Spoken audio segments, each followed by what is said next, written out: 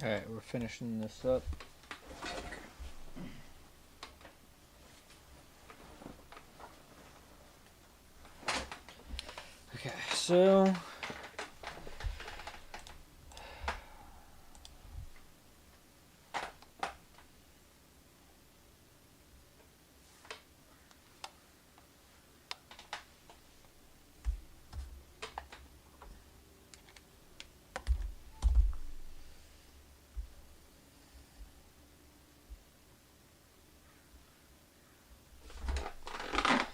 Okay, so the steps are plasmid in liquid culture,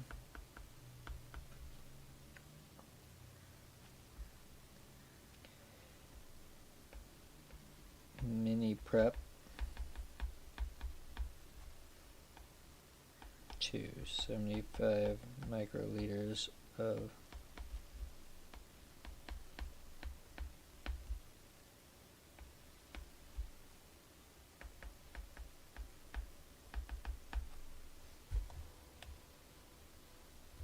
okay.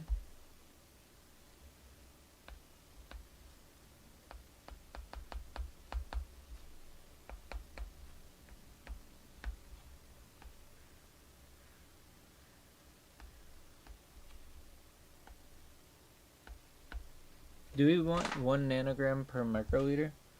Yeah. For PCR.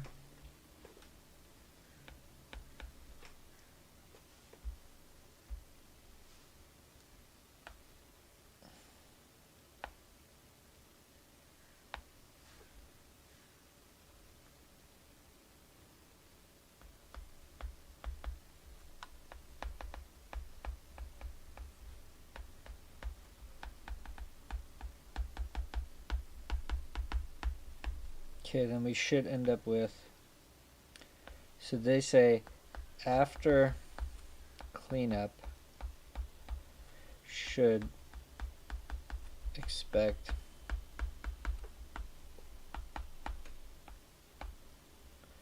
micrograms of linearized linearized plasmid. Okay, so now that we have that,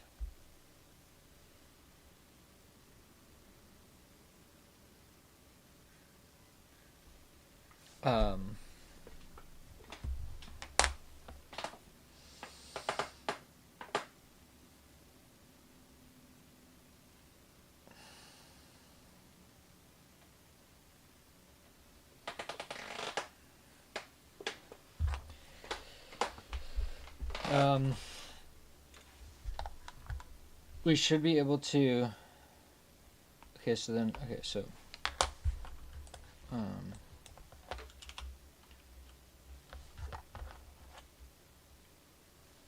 okay, so we do need to do this DNP, or Jesus, DPNI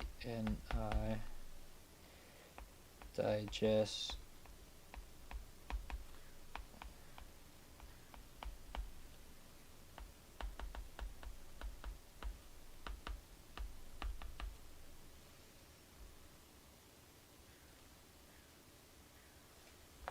and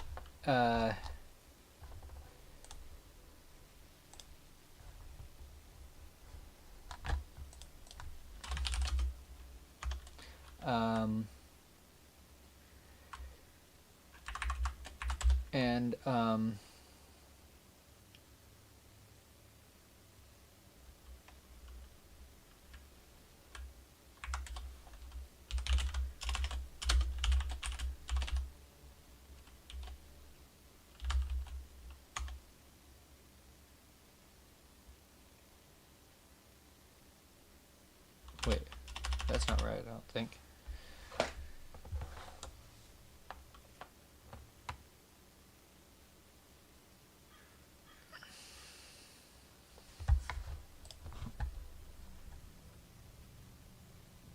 I'm pretty sure that's right? If we have let's say we have like 1 nanogram of 2800 base pair, then we multiply it by 1e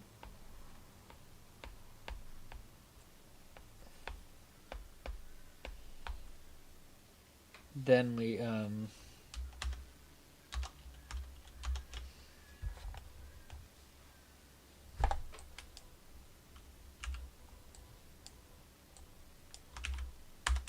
oh, G is a freaking box. There we go. Let's move this over here. Okay.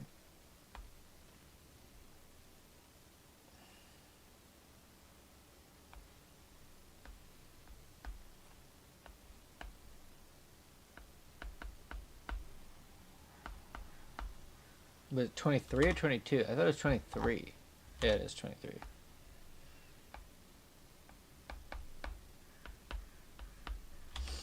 Right, that's right, right? Avogadro's number. Is it the exact value?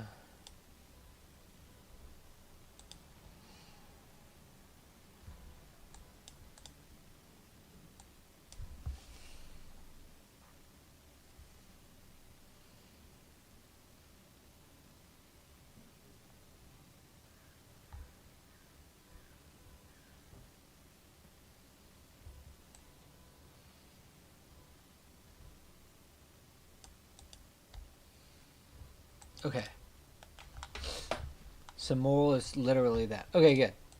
So then this is our calculation. It's going to be nanogram to mole, calculates the molecular weight and multiplies it by 1e minus 9, or divides it by the molecular weight rather, yes, and then multiplies it by alpha. Okay, good. So this is correct.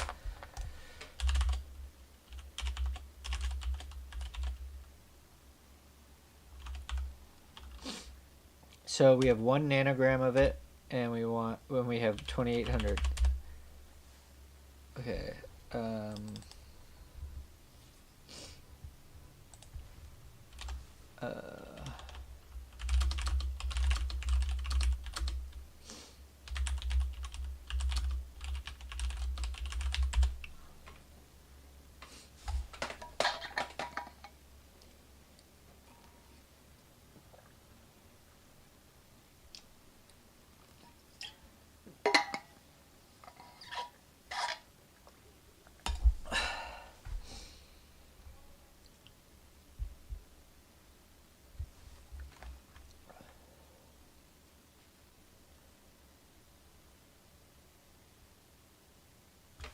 Okay.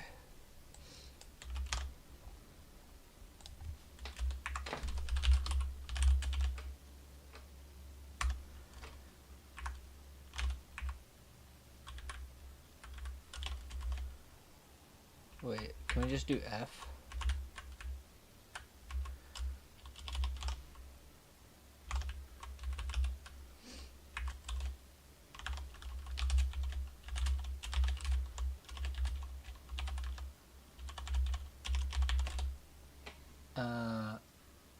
Okay.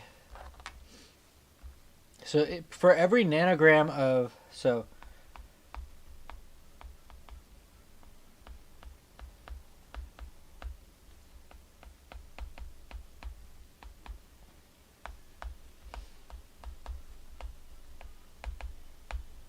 3.3E8.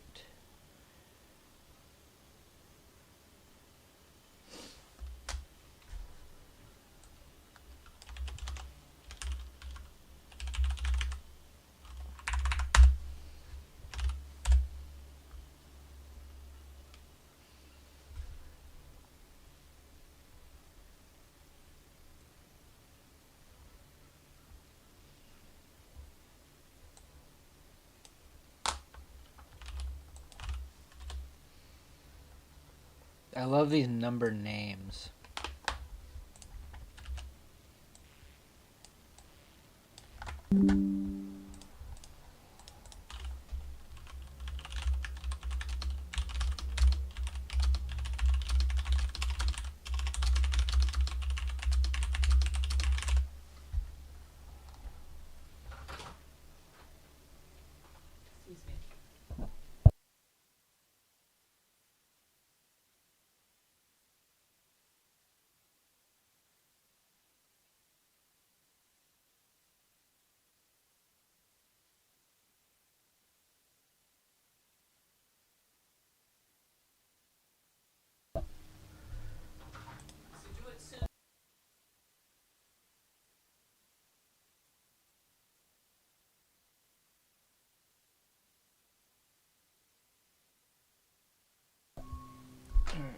see here. Is it on GitHub? Yeah, there we go.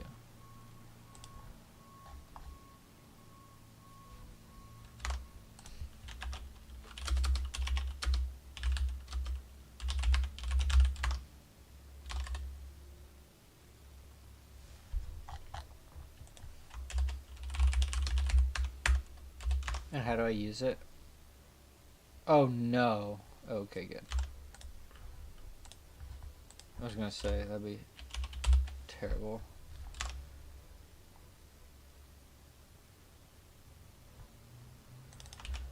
Okay.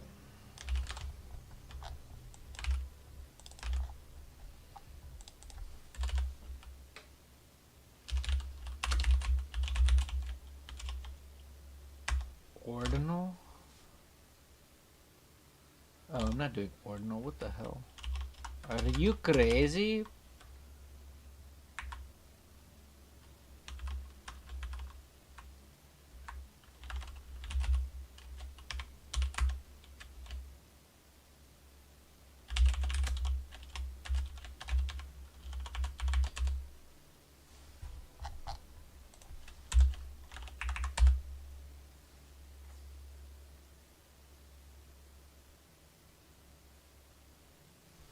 It's not terrible. How did they do it though? Well, what is this?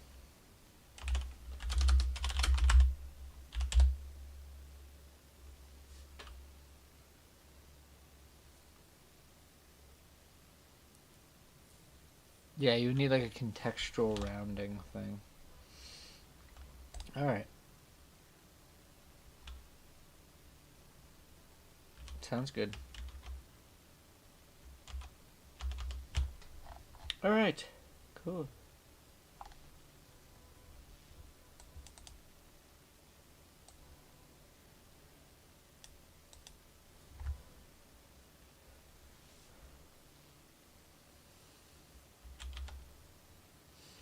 Alright.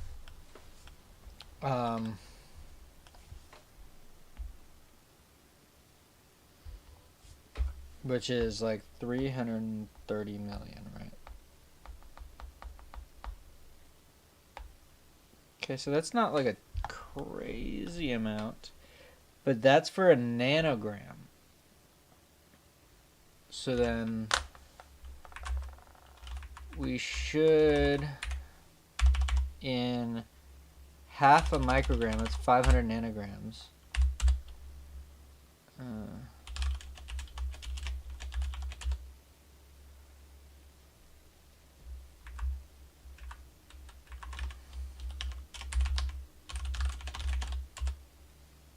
165 billion.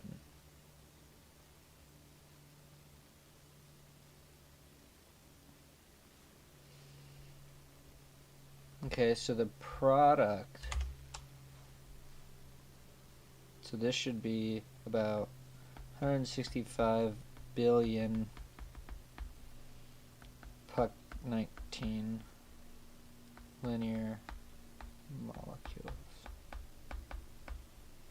Okay.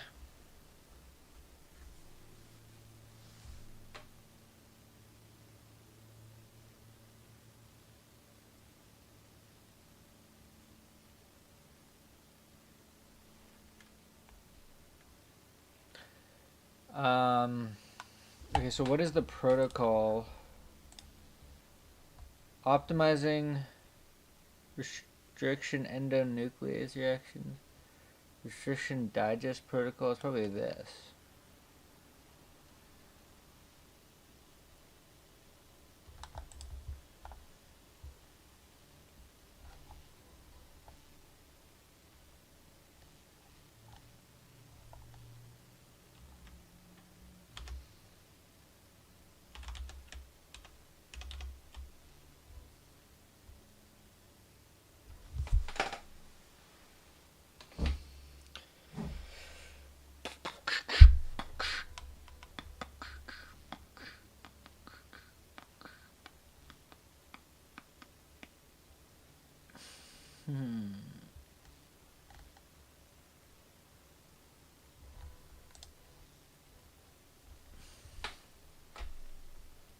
Okay, so the result should now be 0.5 micrograms.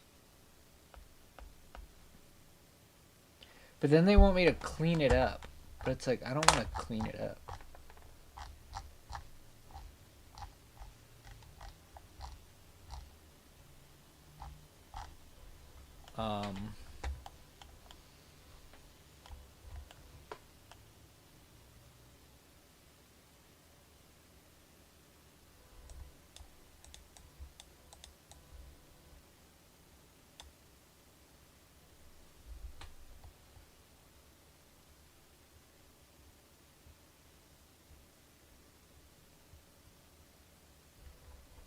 So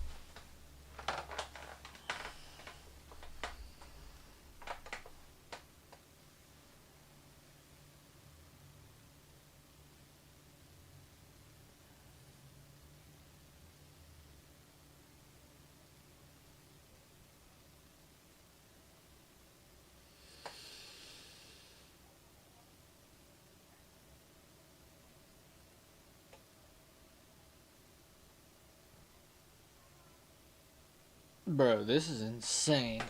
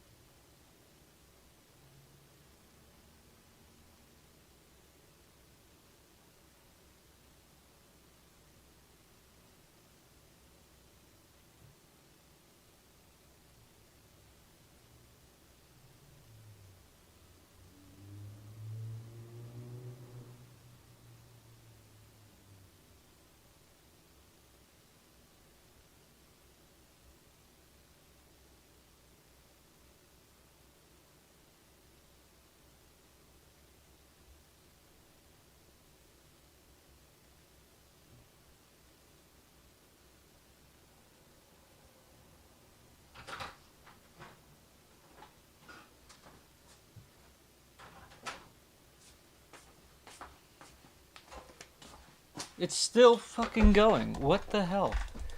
Bro.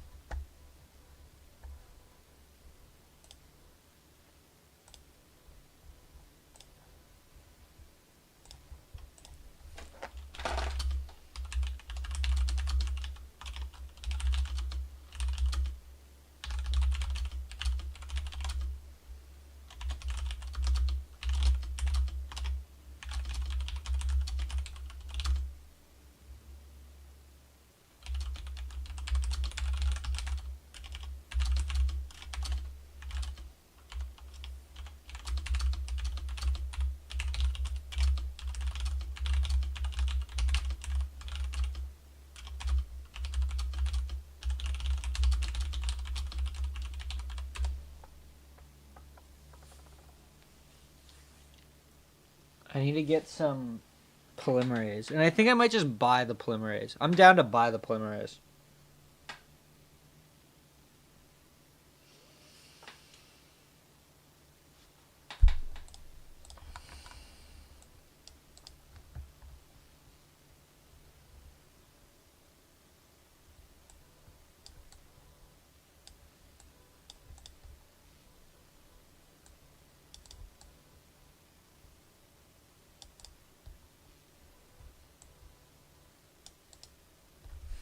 And actually, we'll probably make. Maybe I'll go do that, like right now.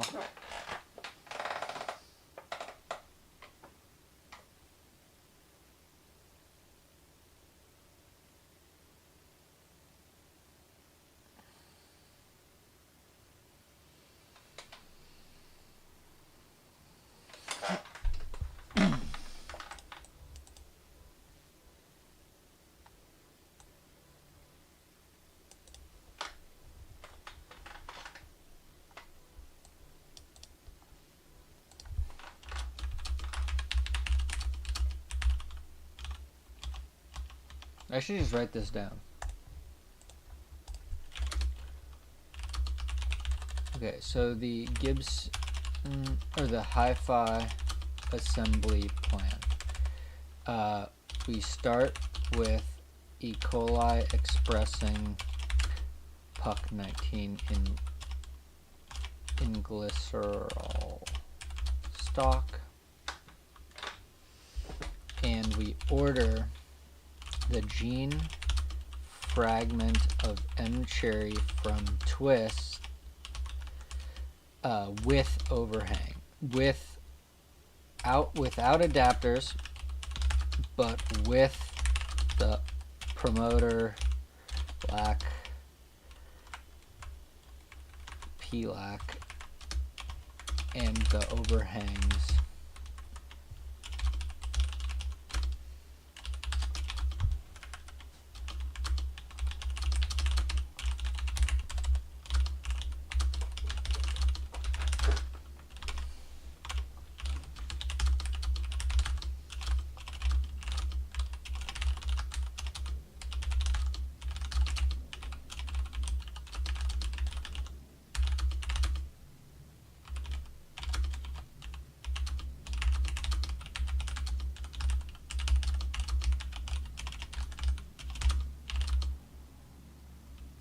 What is it that we're actually excising? We're excising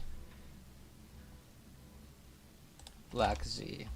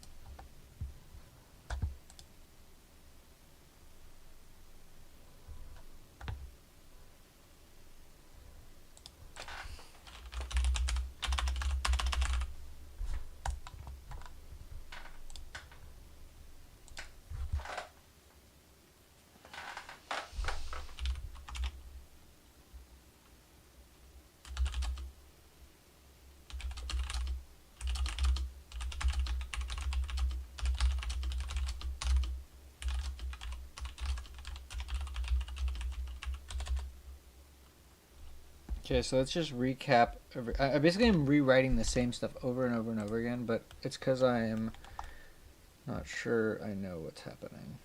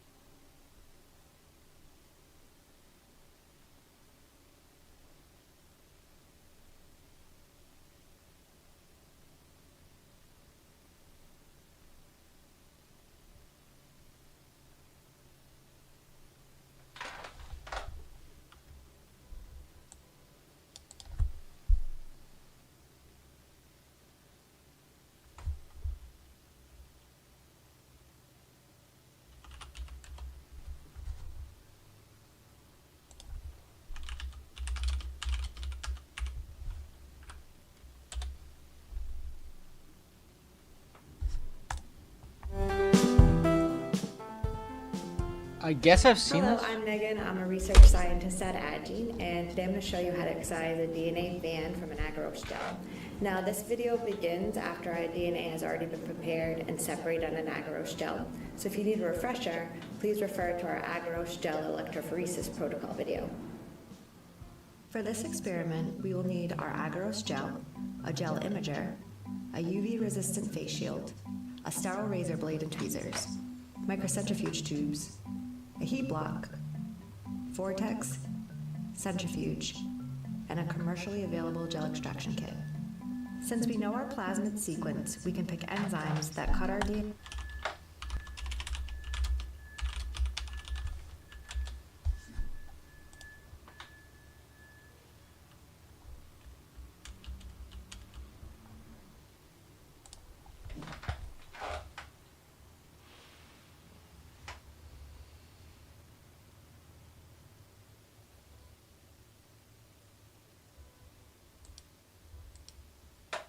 Oof.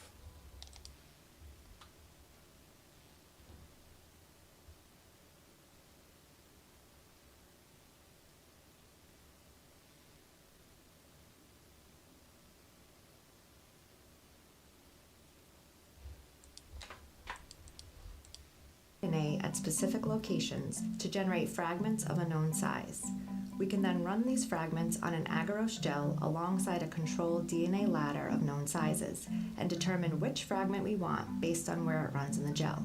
By extracting only the band of the desired size from the gel, we are able to isolate our desired product from the rest of the plasmid backbone.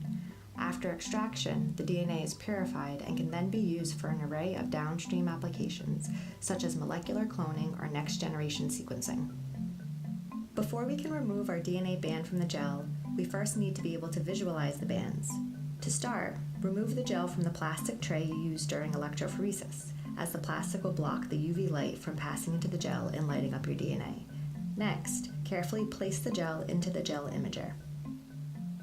Before working with UV light, always wear a UV light blocking protective face shield and cover exposed skin. Different UV imagers will have different instructions for band excision. To ensure safety, always follow the manufacturer's instructions. The gel we used contains ethidium bromide, a stain that binds to DNA and causes it to fluoresce under the UV light emitted by the gel imager. Pull the tray out slightly to prepare to cut the bands. If the bands are not easily visible when the tray is out, try to block out surrounding light by closing the shades or turning off the lights. Once you have located your band of choice, use a sterile razor blade to cut around the band down through the gel. Try to cut out as close to the band as possible to avoid contamination from other bands and limit the excess gel that will need to be processed later. Do not cut with too much pressure, as you do not want to scratch the gel imager. When you have successfully cut around the band, separate the extracted piece from the rest of the gel and place into a microcentrifuge tube. A set of sterile tweezers or a sterile pipette tip can be used to carefully maneuver the gel piece into the tube. Next, the gel fragment must be weighed in order to determine the amount of each buffer to add during the DNA isolation step. First, blank the scale with an empty microcentrifuge tube. Once the scale is blanked, weigh the microcentrifuge tube containing the gel slice. Now, we are ready to purify the DNA from the remaining agarose gel matrix. For this process, we use commercially available purification kits. These kits work by first breaking down the gel with heat and mild vortexing to release the DNA fragments. These kits work by first breaking down the gel with heat and mild vortexing to release the DNA fragments. Binding the DNA to a centrifugal filter.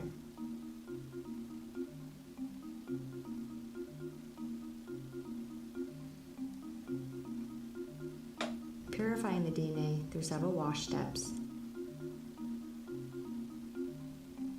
and finally, eluting the DNA from the column. Always follow the manufacturer's instructions. Once the DNA has been isolated from the gel, you should run a small aliquot on a new agarose gel to confirm the product is present, the correct size, and free from contaminating backbone. Thank you for watching our video on how to purify DNA from an agarose gel. We hope That's pretty good. That's pretty cool, actually.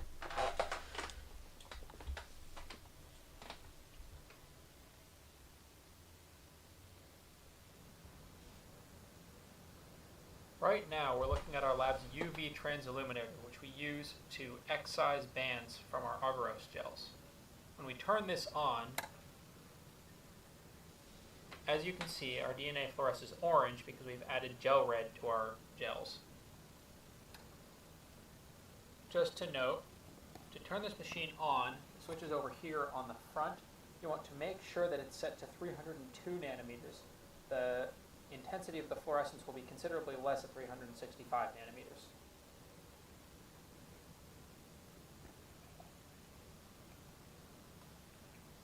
I'm going to go turn off the lights really quickly so that we can see these bands a little bit better.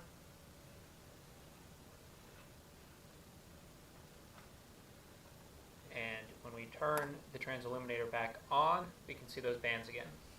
Now, I've prepared two 2 mil centrifuge tubes here for my samples, and I've already labeled them. So to cut these out, I'm going to use a razor blade. I'm going to want to make sure that that's nice and clean first, so I'm going to clean that off with some 70% ethanol and Kim wipe. And I'm going to start. So as you can see, I've run many of my bands off the gel, and that's because what I'm doing right here is a vector digest. I'm interested in this higher molecular weight band. So it was a PET vector that I digested, and I cut the vector at 3 spots. I'm interested in cloning in between NDE1 and HinD3, but I've also cut here at BSRG1 to prevent my backbone from closing again. So cutting with that BSRG1 will help reduce background when I'm cloning. But as you can see, I'm going to expect a 7,000 base pair band between the NDE1 and the BSRG1. I'm expecting about a 700 base pair band between the NDE1 and the BSRG1. And I'm expecting about a 1,300 base pair band between the BSRG1 and the HinD3. I've already run the 700 base pair band off the gel, and I want to excise the 5,380 base pair band, or roughly 5,000 base pair band. So that's that top band there. So I've got my clean razor blade here. It helps if you grab a newer, sharper one when you do this. Okay. So I'm just kind of moving this UV face shield up here. You want to be gentle with it because, as you can see, it's already cracked down here. That's why we've got tape on it. But I'm keeping this shield between me and the UV so that I don't get blasted in the face with 35,000 watts of UV light. When I cut these, you want to cut as close to the band as possible because the agarose will actually will compete for adsorption sites on either your silica or whatever membrane you may be using on a spin column. So it's a good idea to try to cut as small of a band as possible. So again, I'm cutting right next to the fluorescent band. Okay, so I'll just kind of tear my gel apart like that. And come on.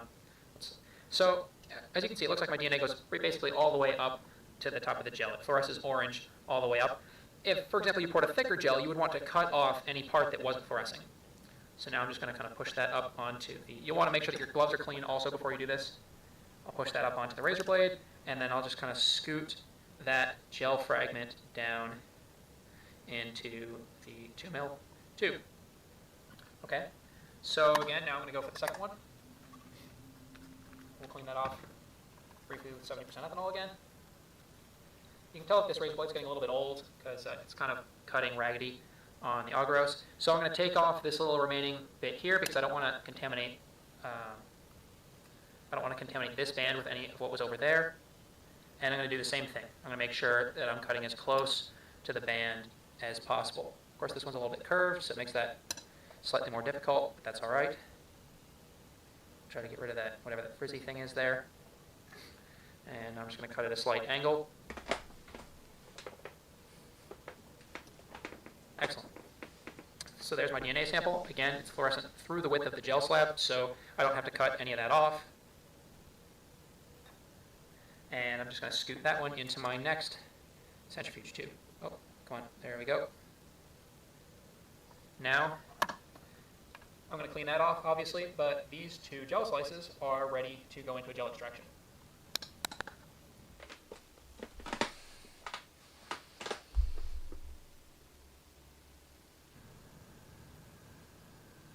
For the next step in our gel extraction, we need to take the mass of the agarose slabs that we just cut out of our gel so that we know exactly how much QG buffer and how much isopropanol we're going to add later on.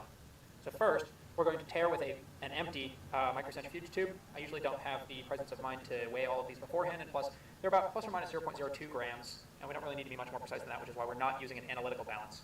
So I'm going to place that on there. Press 0. I'll weigh my first auger slice, 0.11 grams. So I'll just label that. And now the next one.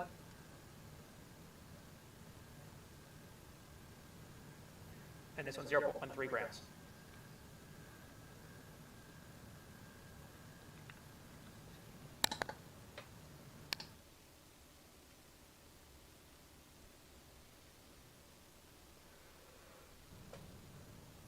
Now we need to melt our agar slabs so that we can get the DNA out. So we're going to do that by adding QG buffer to them. For this procedure, we add 3 volumes of QG buffer to our agar slabs. So what we mean by a volume, one volume, when we say that, that's equal to 1 mil per gram. So we have 0.11 grams of agar slab in here, so we're going to add 0.33 mils. So I'm going to take my P1000 set to 330 microliters, and I'm going to pipette that into the first one. Note that I'm not working sterile here because we're going to be doing a cleanup on these later anyways. So again, this is QG buffer.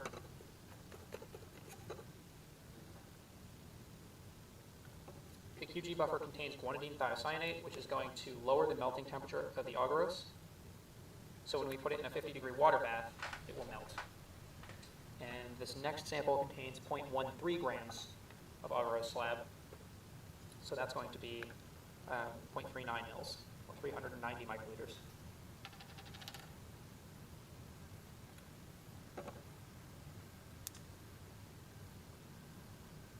Okay, at this point, I'm going to take both of these samples, and I'm going to put them in a 50-degree water bath. I'll vortex them intermittently until the agarose is completely dissolved.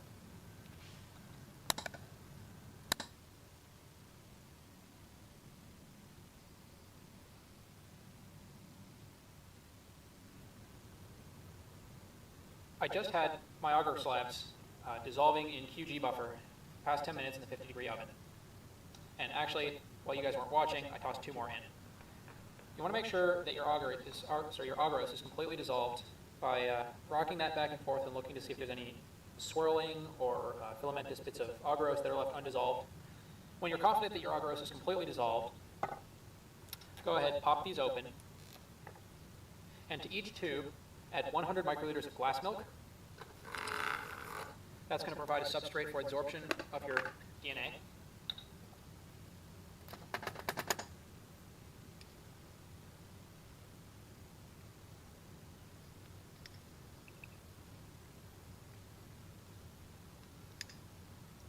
Look at that, man. Good for him. Wow, way to go.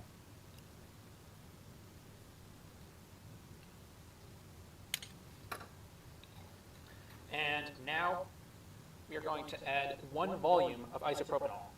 And that's going to help precipitate out the DNA onto the silica. Okay, so this one's 0.24 grams. I'm just going to do 120 microliters twice, so I don't have to go and get my P1000.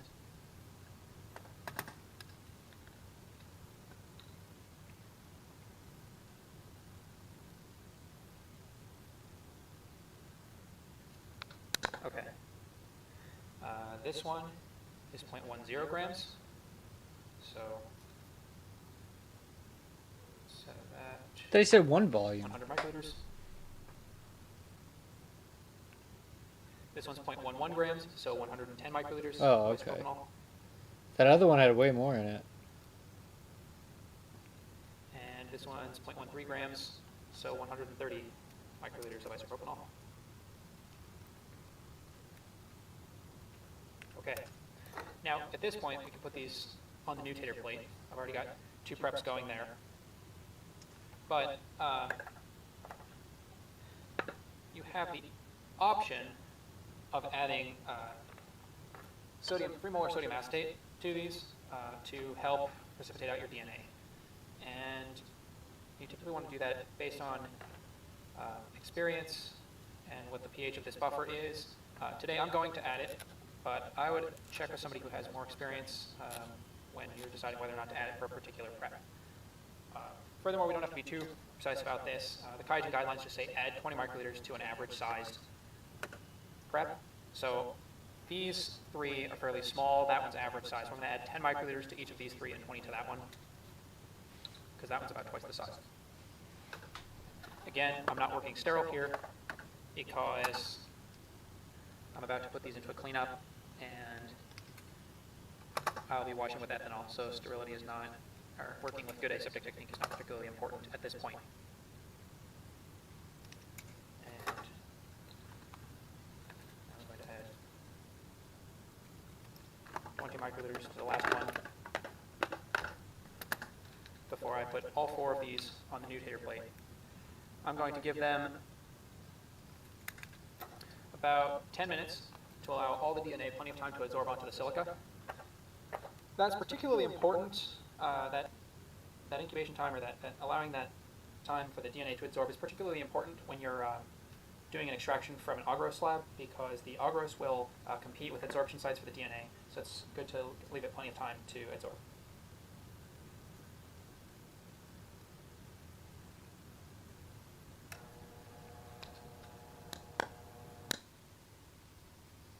That thing is goofy, bro. I've never seen that before.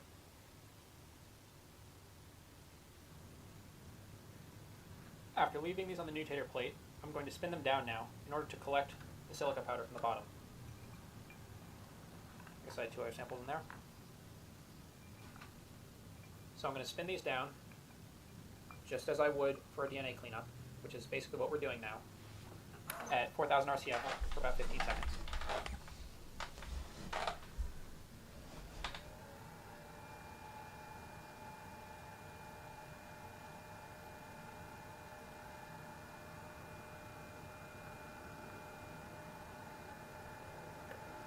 That should do it.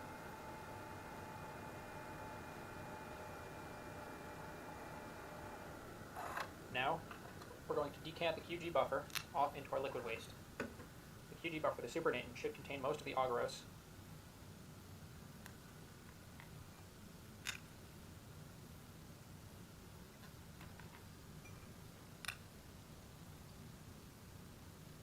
And because we want to really make sure that we're getting rid of all the QG buffer, or as much as possible, and the agarose, we're going to give these a quick spin down. Just a couple seconds, just enough to get all the QG to the bottom.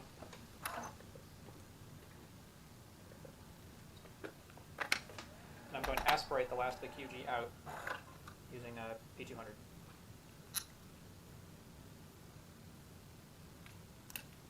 I'll just eject those tips straight into the solid waste.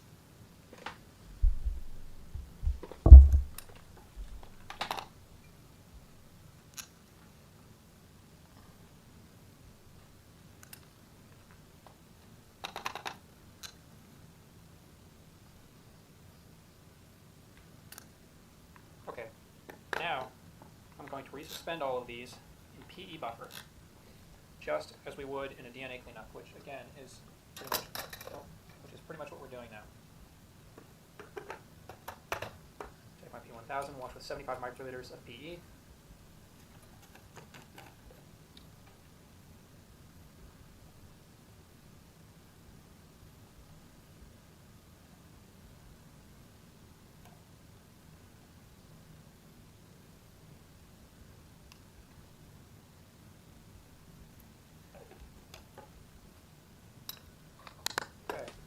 So I'm going to resuspend.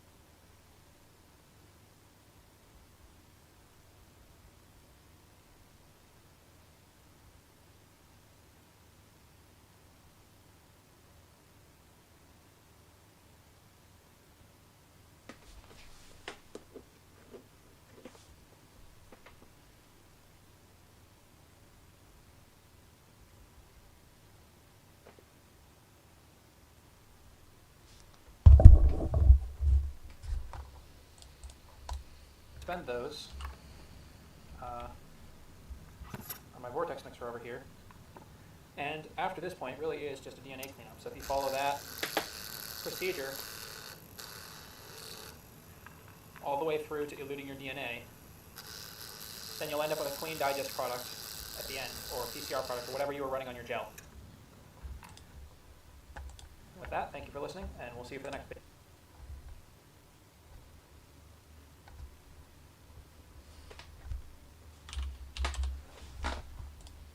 Ah.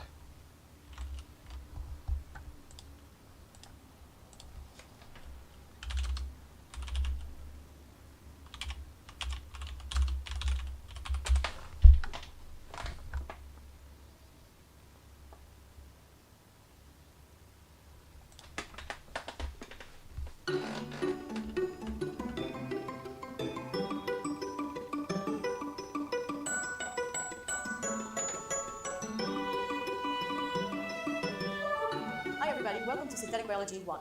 In this video, we're going to clean up a PCR product. I just did my PCR, but in these tubes, the reaction mix is full of reagents, and what I'd like to have is a clean piece of DNA. In a very simple protocol, I will purify the DNA from the reagents, so I can use it in further experiments. Let's begin. What I need is a collection tube,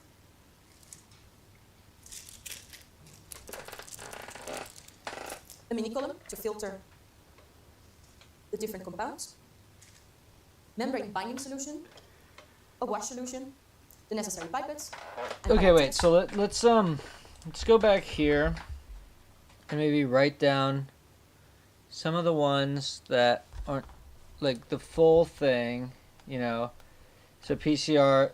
So first we do the digest, then we do a PCR purification DNA cleanup, and then finally we should be able to they said no, I should be able to just use the nanodrop quantification,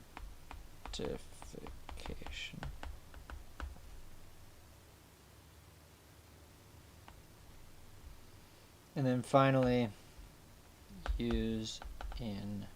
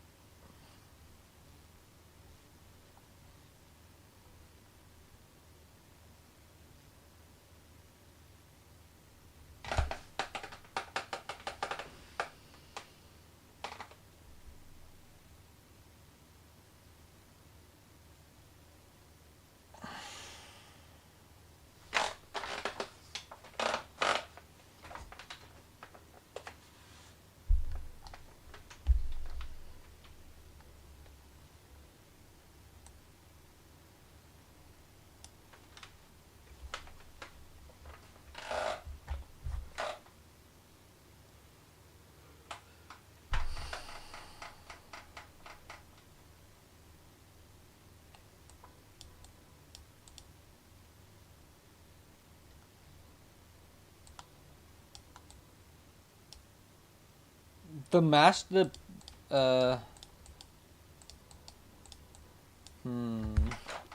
the master mix usually has the nucleotides in it, right?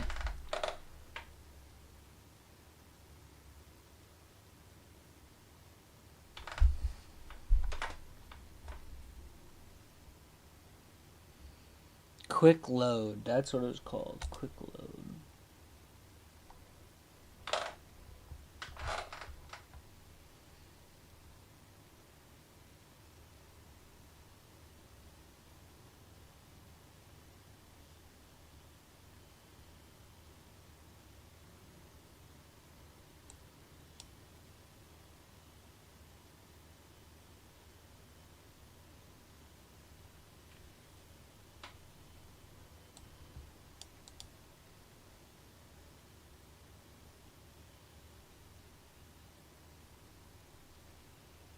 I would like to do the thing where you add homology via primers, but I don't want to do that. Yeah, one thing we want to do is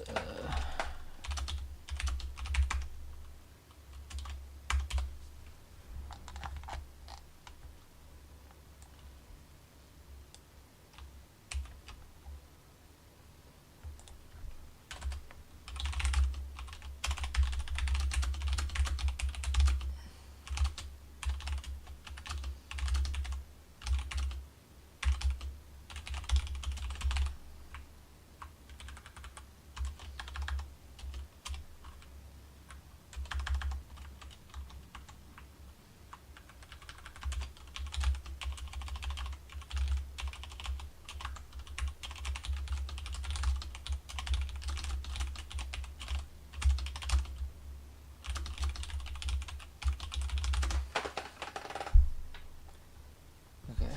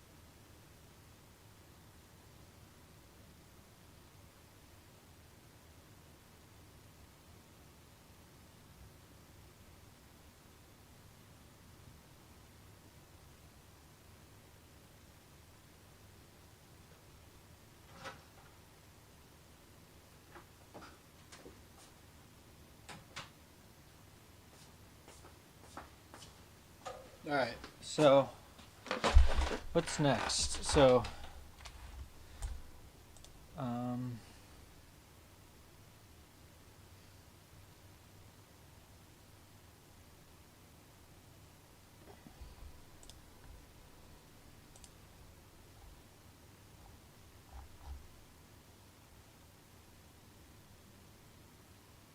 wait, why don't we just print?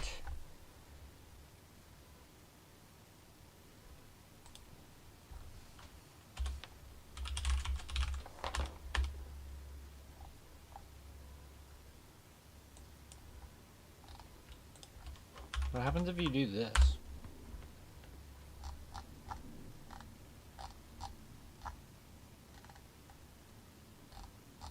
Okay, it's big. All right. It's too much.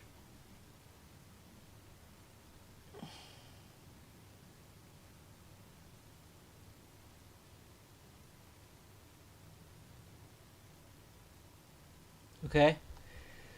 Um,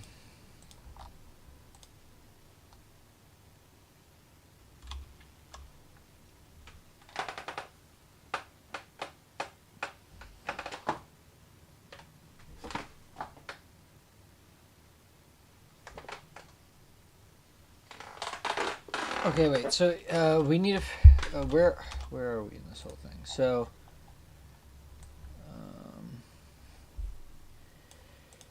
so if we add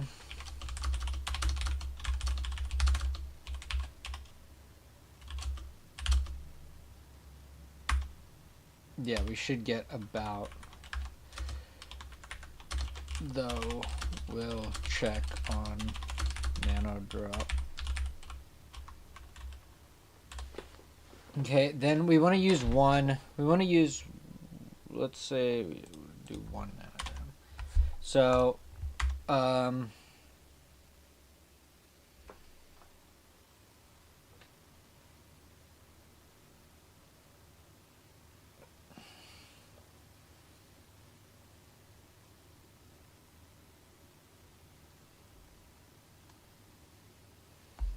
okay, but if we do nanograms to n, I mean, it's not even close to the same amount. Like, if we're talking about,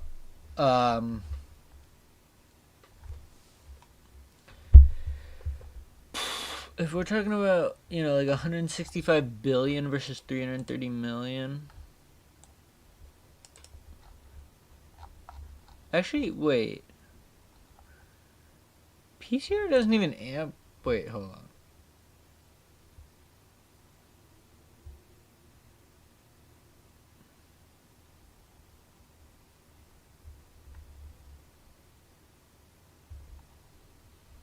No. We're going from 1 ng to 500 nanograms. So it's amplifying it 500 times.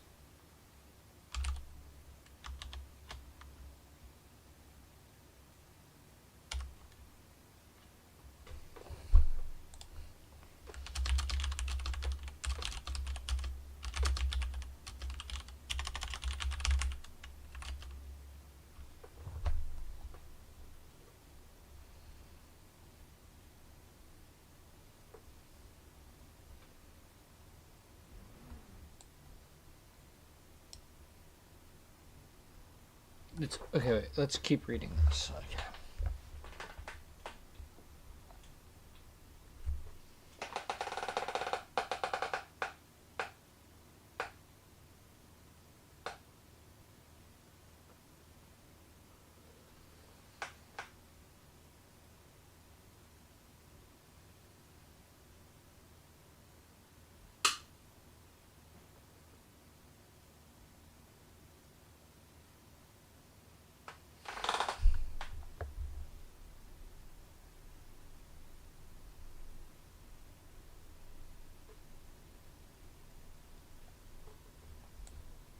If we use 53 nanograms of the M cherry,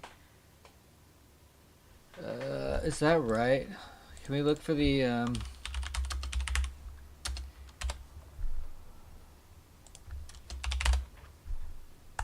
okay.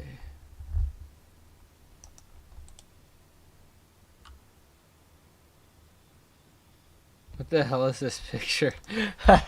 Stupid. Okay. Almost positive it's gonna be this. Or no, isn't it this?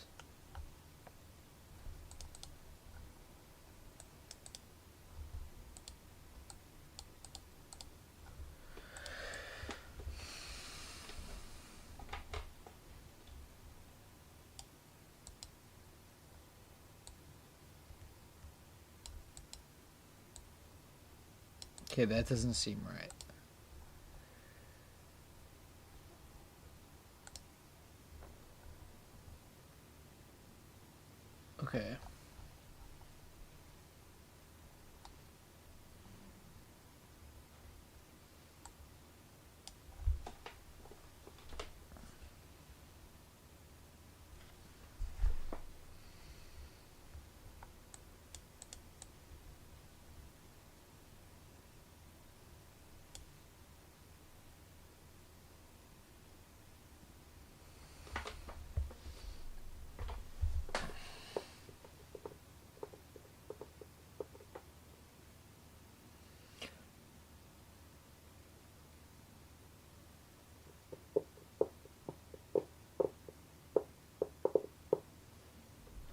So what did Gemini say? Gemini said, wait.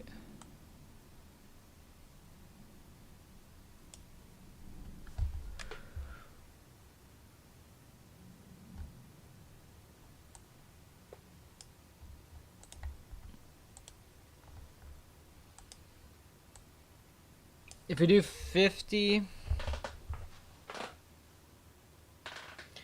Okay, wait. So if we do to pmol, right?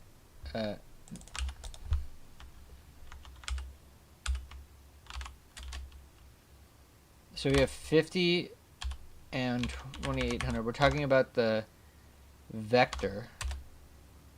So this is 0.02 picomoles. So that's like way too little. But if we do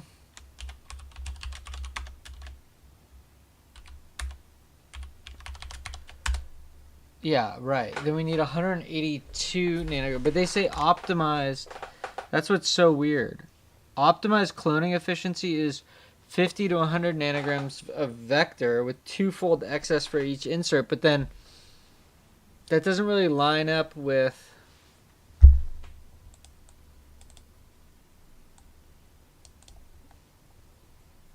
Yeah, right. Here's the formula. Alright, let's try this thing. But this thing didn't really help me. I remember we tried this. The insert was 0.7. The vector DNA is like 2 actually. And then the, I don't know, 182.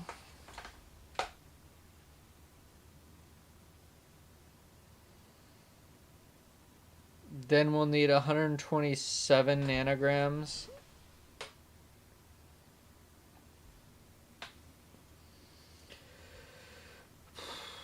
Oh man, I'm getting all mixed up.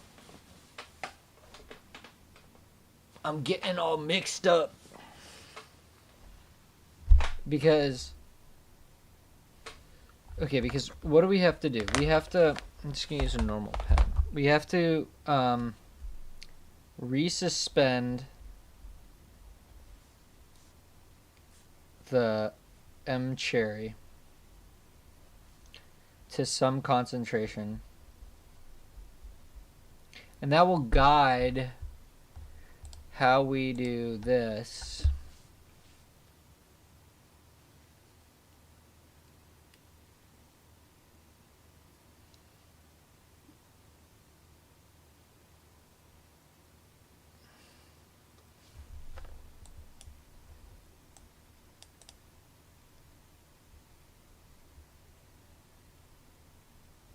So X should not be greater than 10 microliters, though, based on this whole thing. So, total frag volume should be less than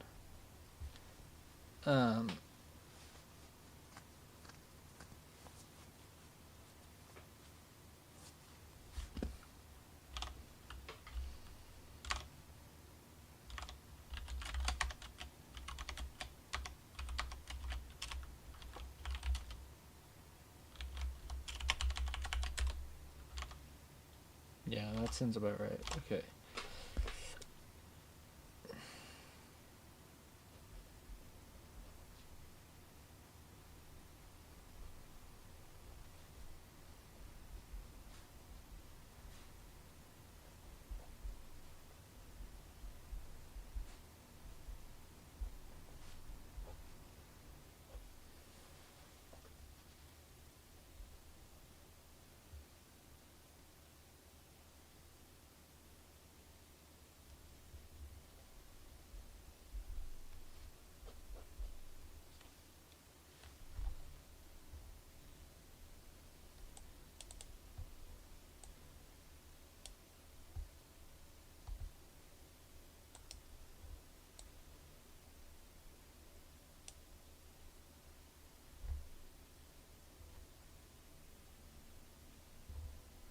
Oh wait, what's the difference between optimal clone efficiency and optimal assembly efficiency?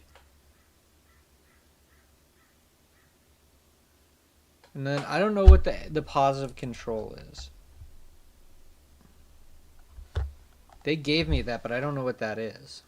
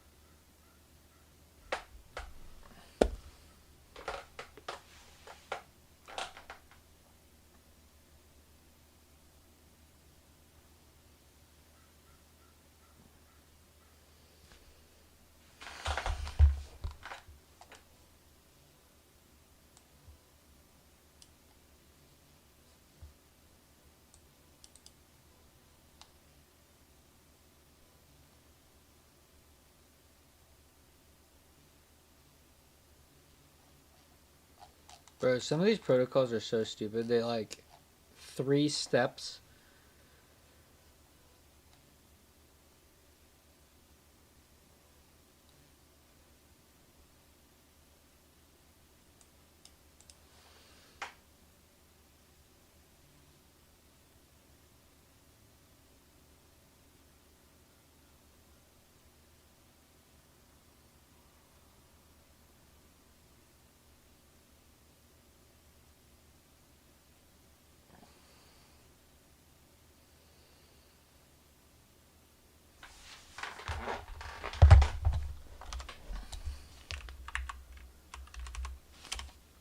Point 1, 0.05.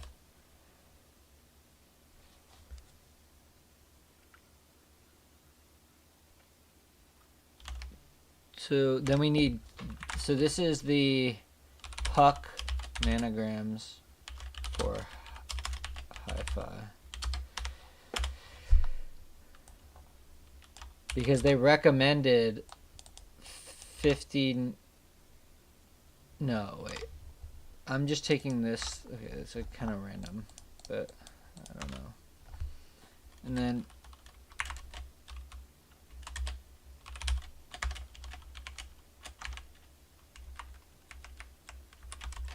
vector insert ratio.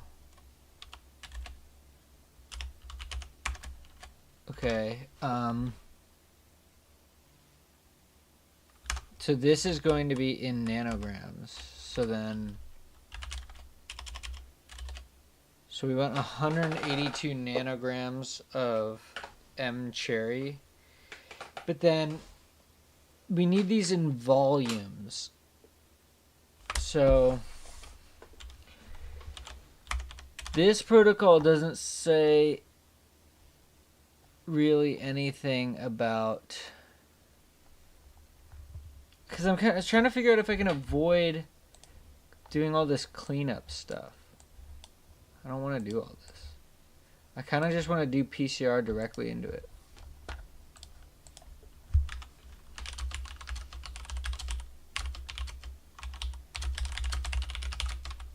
Did I already say that?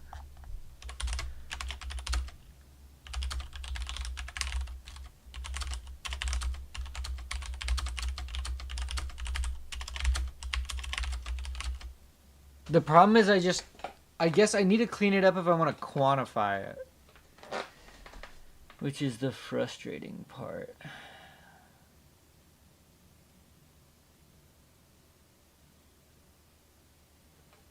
Okay. Because the only way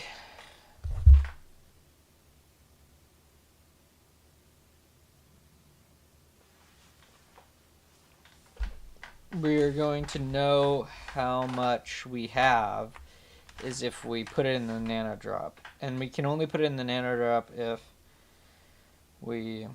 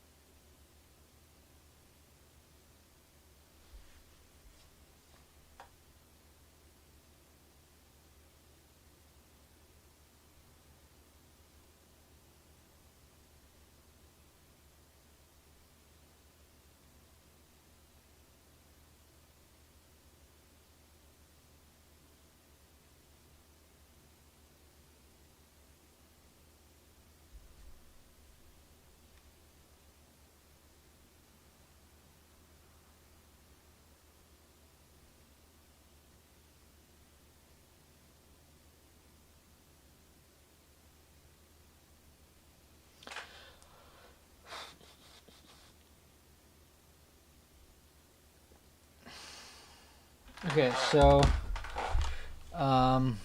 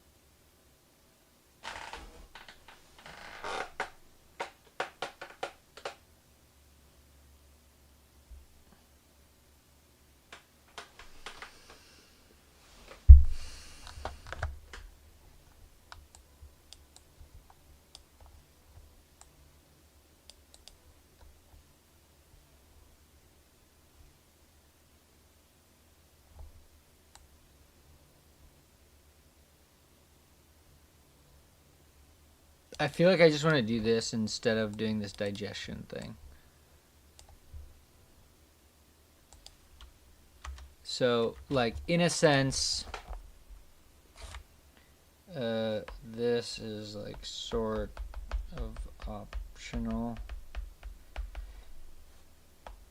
I'd prefer this.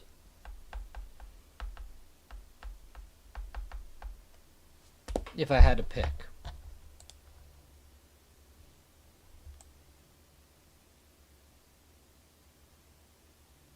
Oh, this is the crucial step.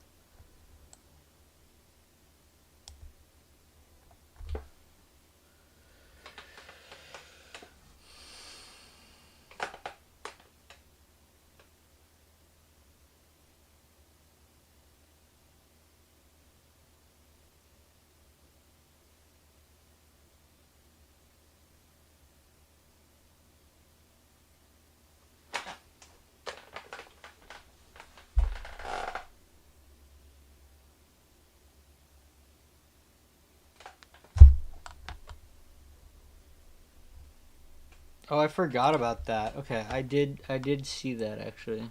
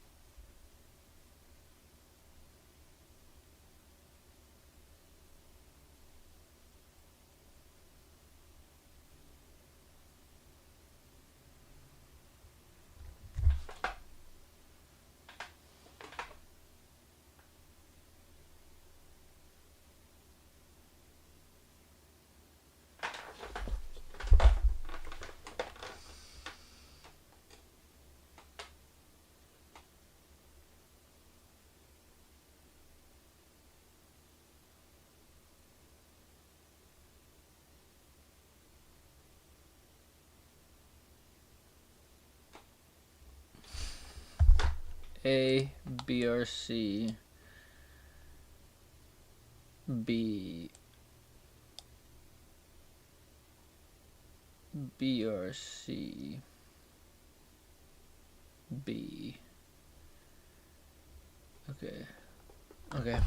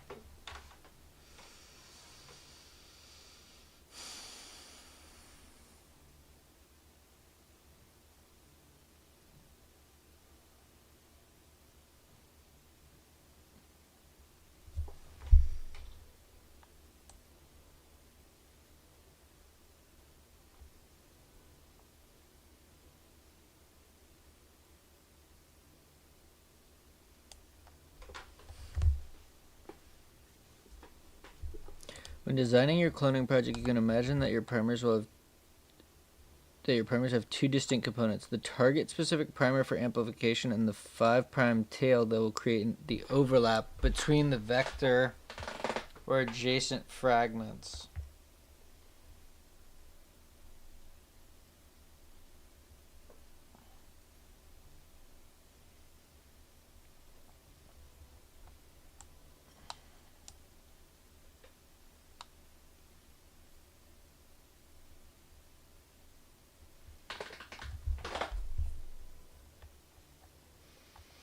The target-specific part of the primer should meet standard PCR primer criteria. Well, standard Gibson assembly does not work with short single-stranded DNA. Short. Okay. This is not even relevant for us. Vectors may be prepared for cloning using restriction enzyme digest with one or more enzymes. Ideally, the linearized vector fragment should be gel purified to separate the linear vector from any remaining uncut vector, which would contribute to background colonies. This will also eliminate... Okay, it's not even relevant. Linearized vectors may also be generated using inverse PCR, where primers are selected that will amplify the backbone of your chosen. After amplification, the PCR should be cleaned with a PCR cleanup column and be treated with DPNI to eliminate DPNI to eliminate residual uncut plasmid template. I feel like that's not that important. Like, how important do I really need it?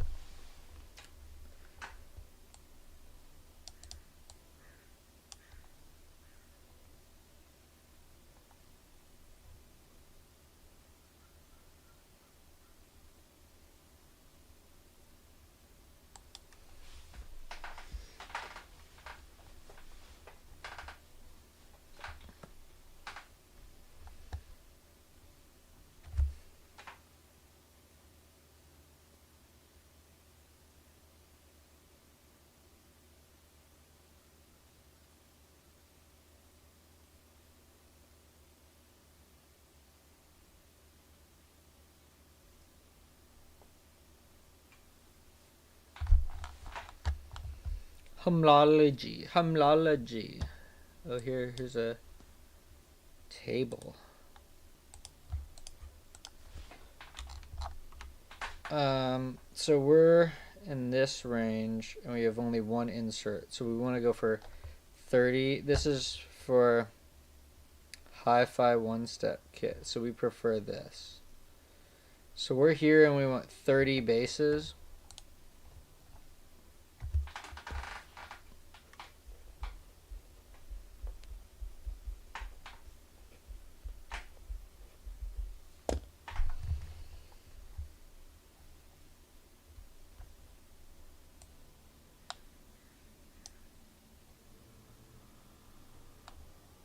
Oh, that's actually really cool. I wonder if Benchling has that.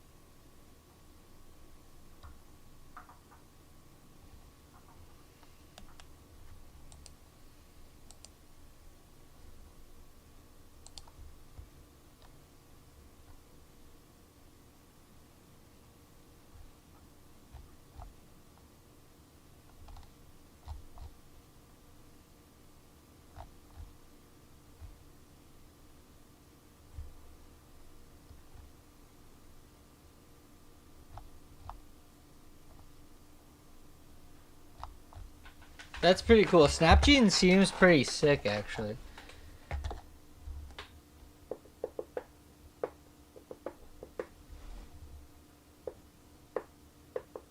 Maybe I will actually do a free trial.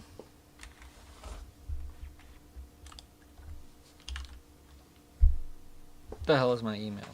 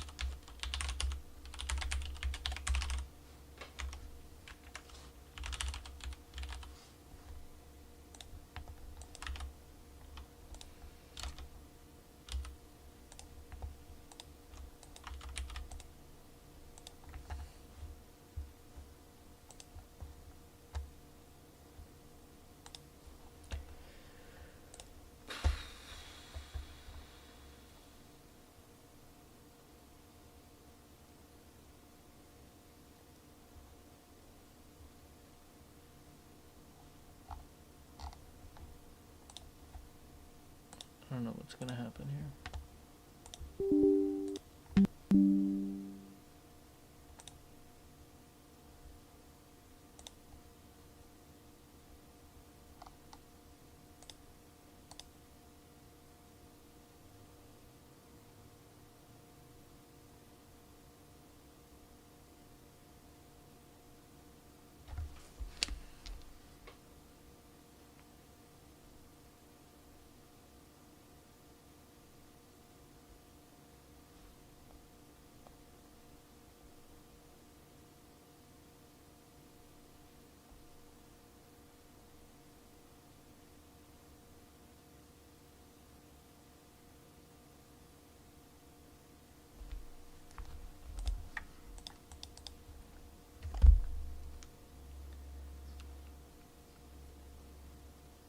I wonder if it... Oh, yeah. Okay, hold on.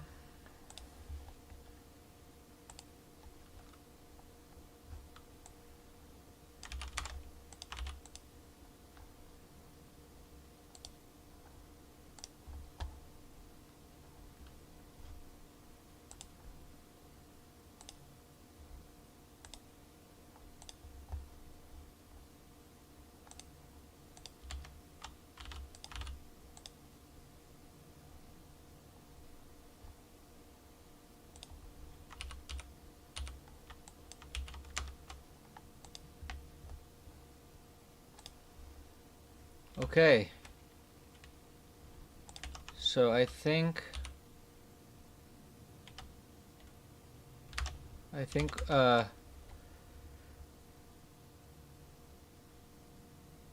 what do we want to do? New sequence, import, add gene plasmids. Ooh, that's cool. Okay, add gene plasmids. We want to search for PUC19.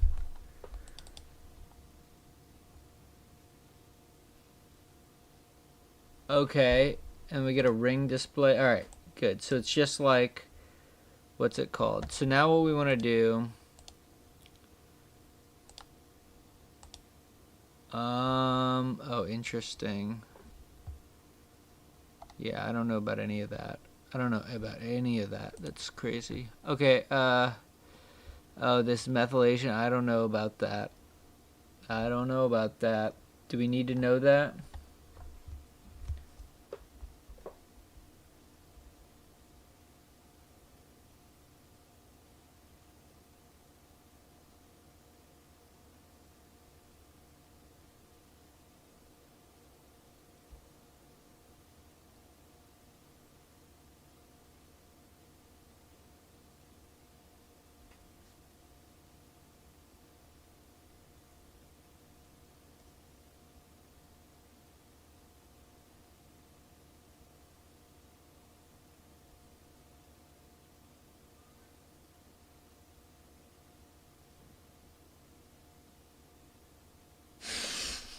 Okay.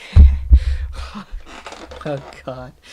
Okay, so the idea is I want to do tools, design construct. Is there a search? Order construct, that's pretty cool. Actions, here we go. Hi-fi assembly, insert fragment. Okay, let's figure this thing out. So, linearize by PCR. To choose primers automatically.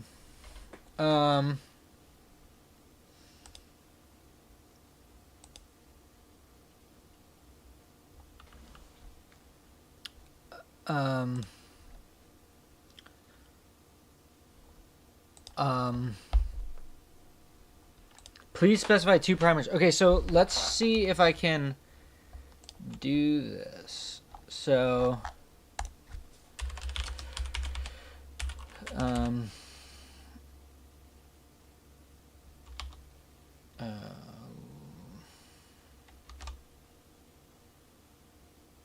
there is probably a, let's just do this.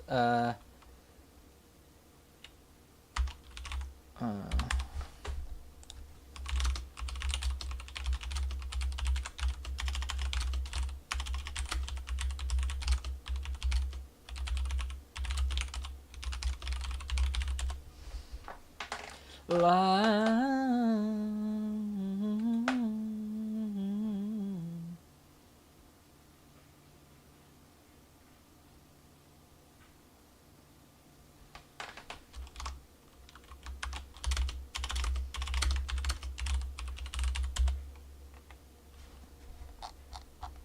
Did I already have that?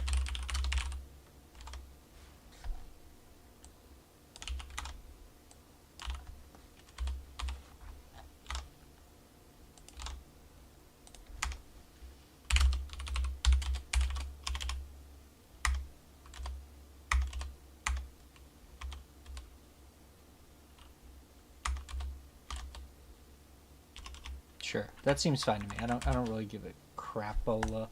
So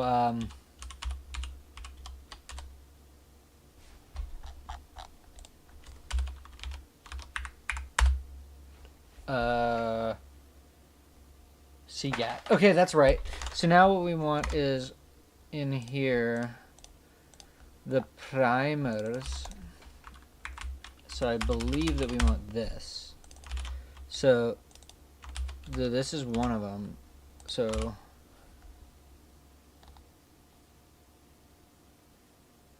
shift click to select the second primer.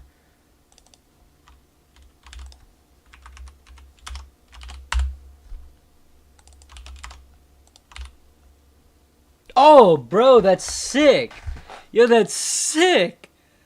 Yo, Snapgene is Snapgene's dope, man. I like it. Oh, and they actually have a reverse complement button. Bro, that's fucking cool, man. Amplified region fragments. Bro, that's fucking cool, dude. I like it, man. Okay, so what do I do now?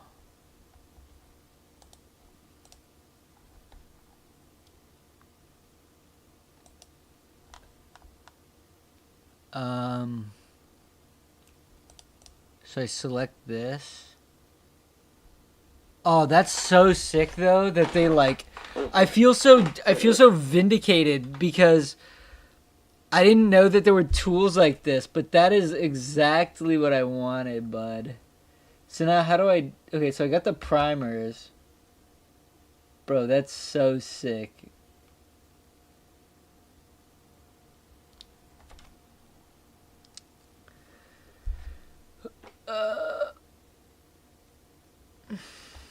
But now I don't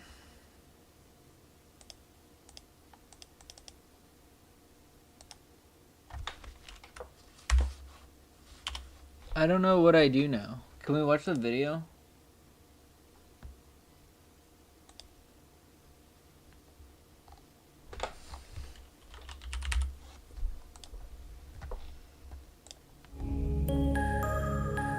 I tried to watch this a few days ago, but I didn't get it.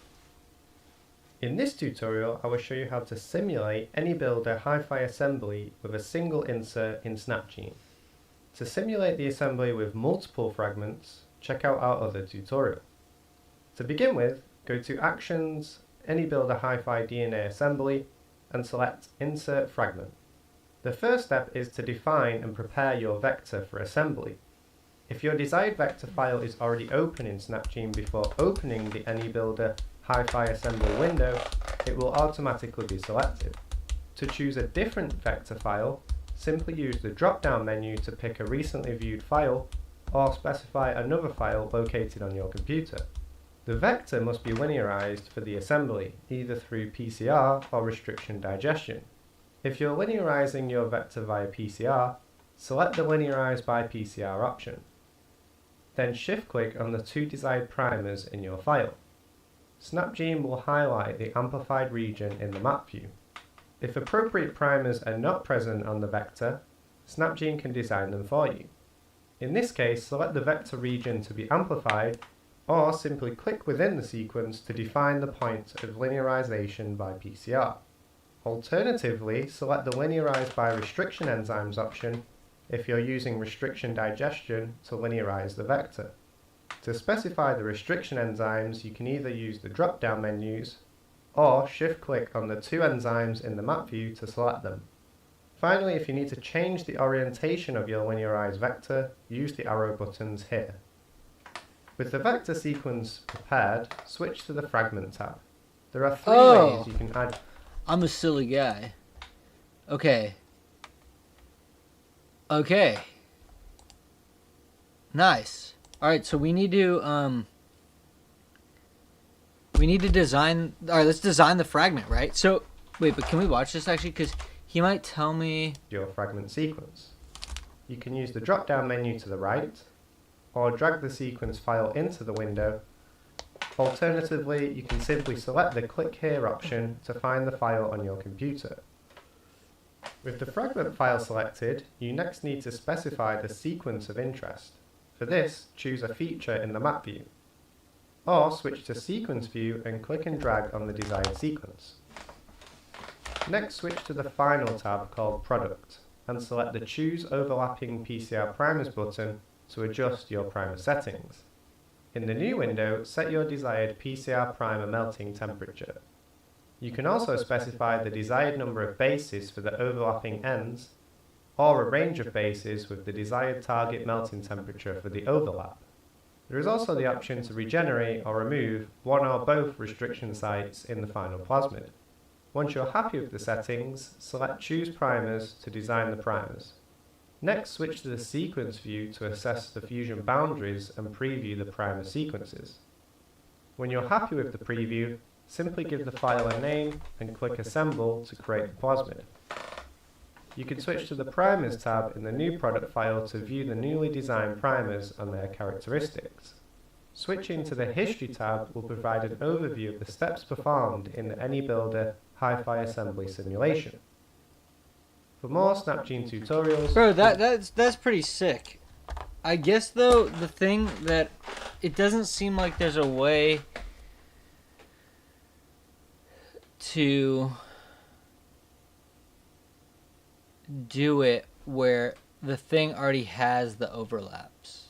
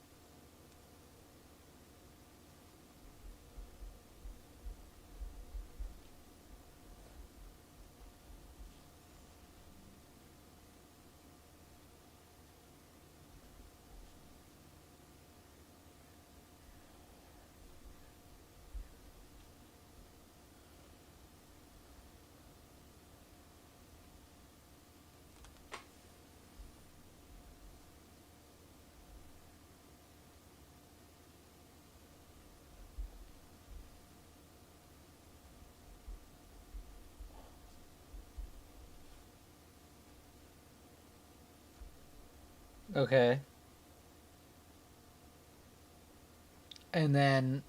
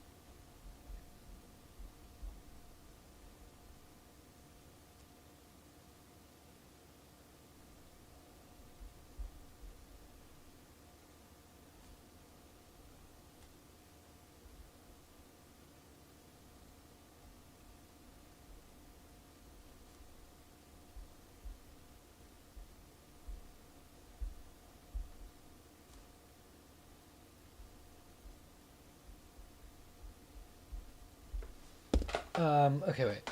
Let me ask. So,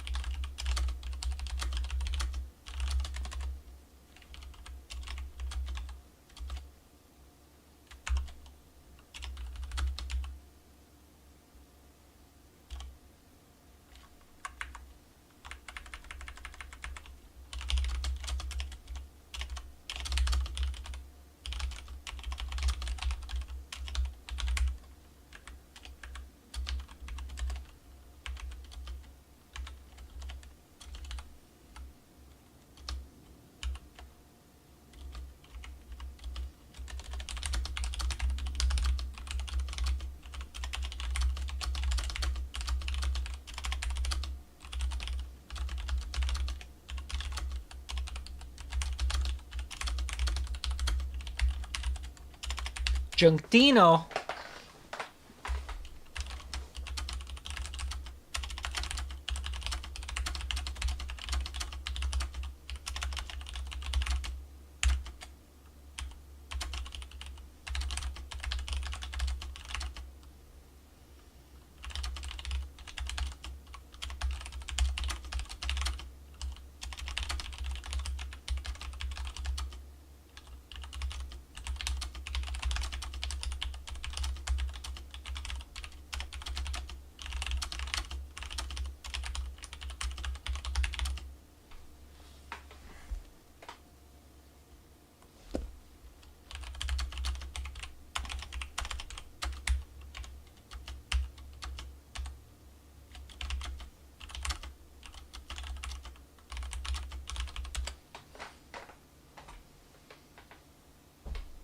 Maybe we should just do it with the design primers thing and then check if I'm right.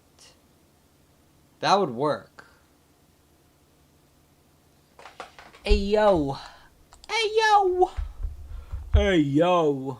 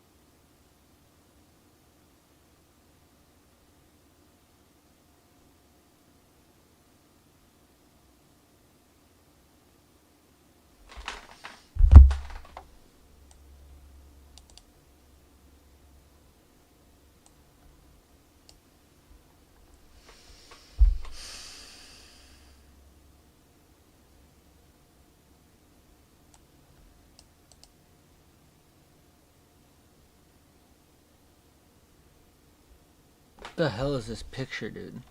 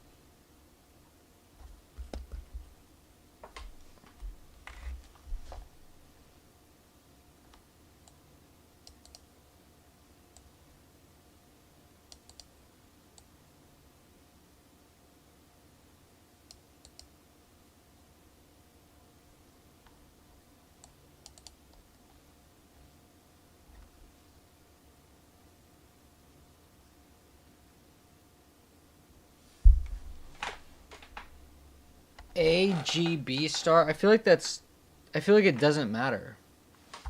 But I'm out, and now I have to go back to ChatGPT, which sucks.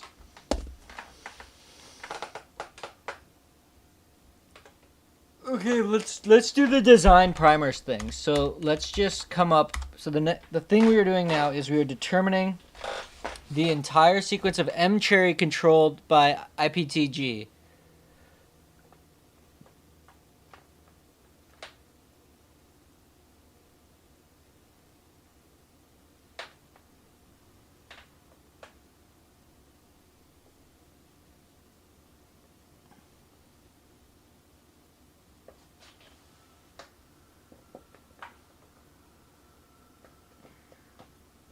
All right.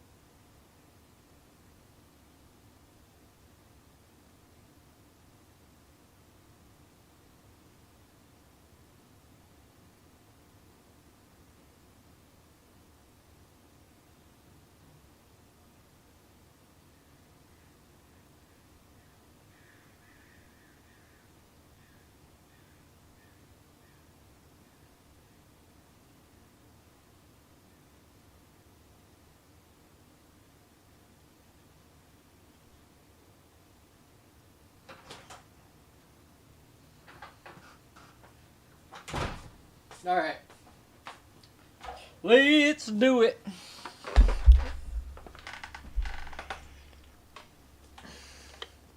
Okay, wait. Let me figure this out. Okay, so if I have A, G, B star, then and this is 5, this is 3, then this is going to be A, R, C, G star, B.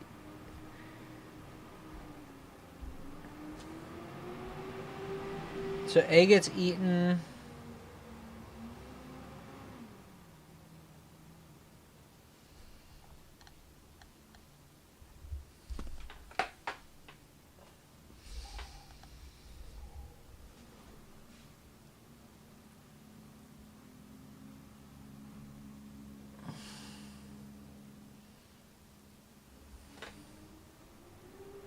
I mean, it has this right. This is right. The inverse PCR product is definitely that.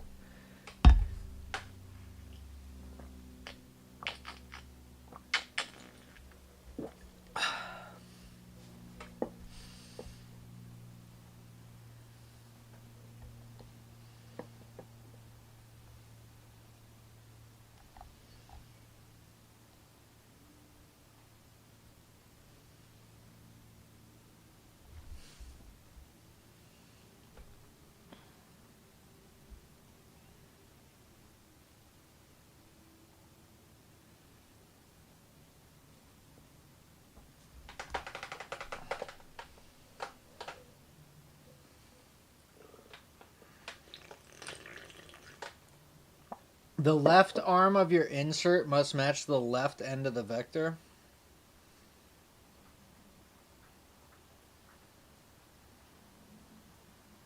Ooh, it's raining. I'm gonna go out and stand out in the rain.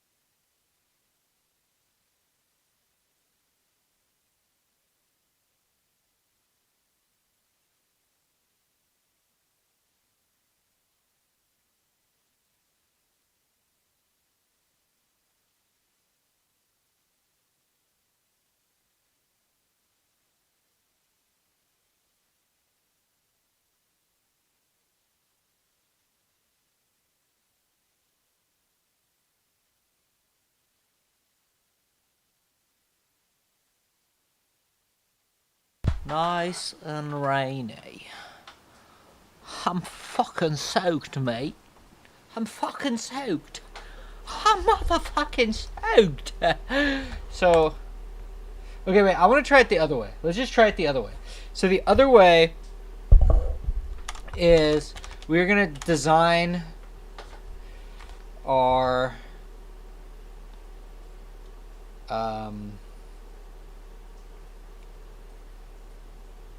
okay, so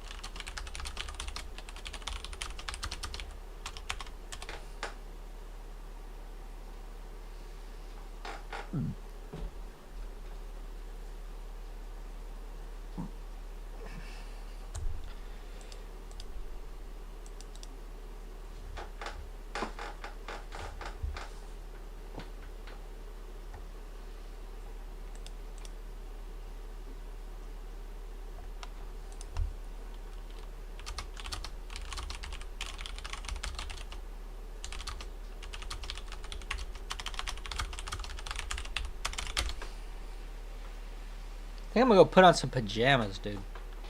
It's time to get cozy. It's time to get cozy in this motherfucker.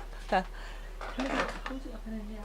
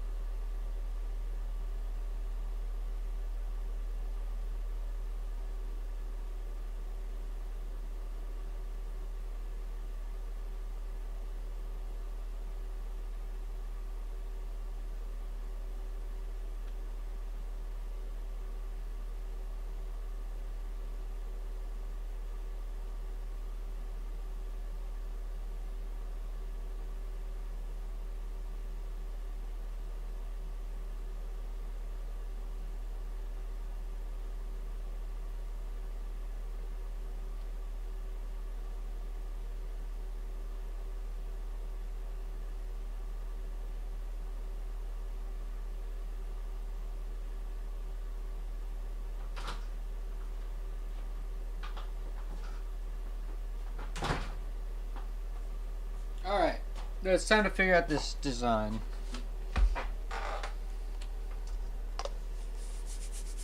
Oh, wasn't it T-lac? Wasn't I gonna do T-lac?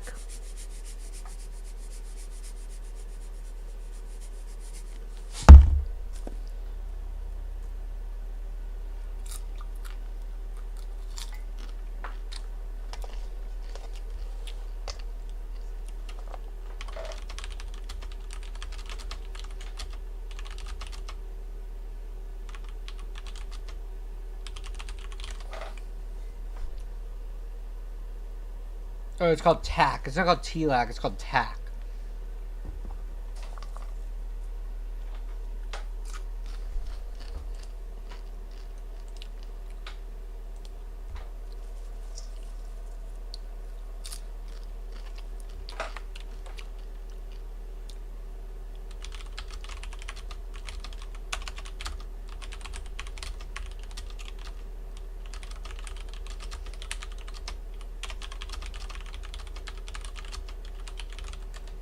Right, because there's so much here.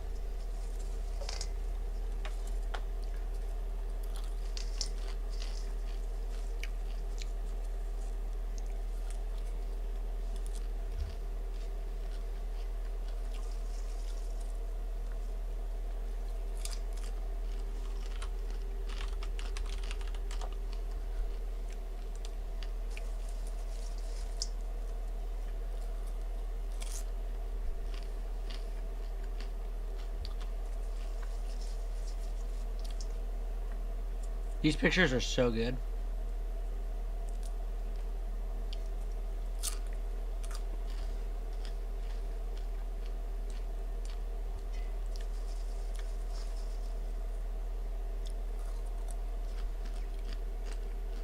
Like, for real, what the hell is this? You know what?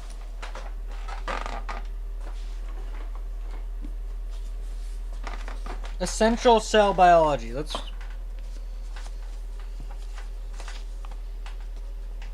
I never read this card.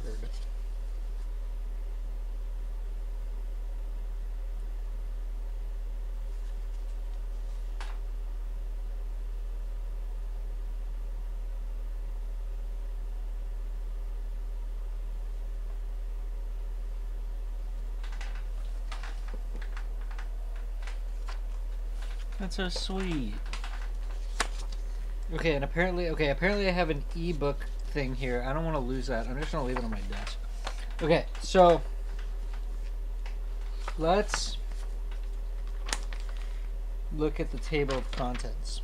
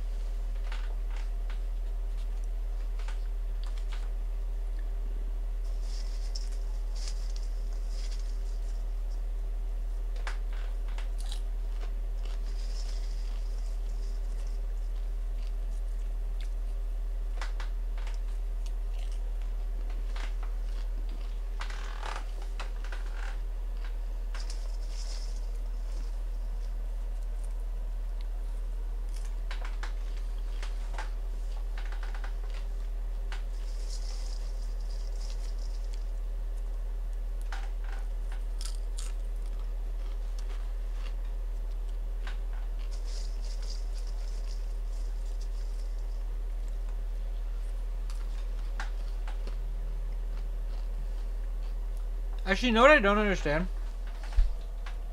Um,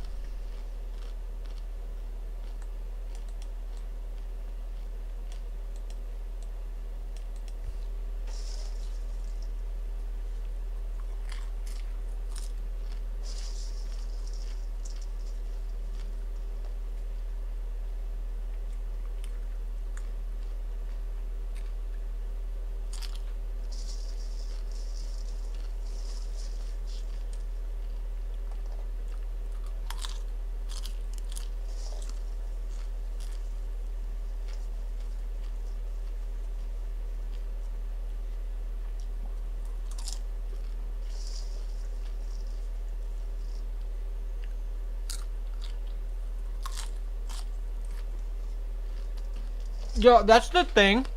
It's like I've been doing this for like a month now, and I never thought about this. And then you ask this seemingly simple question, and it's like, oh yep, that happens. That happens all the time.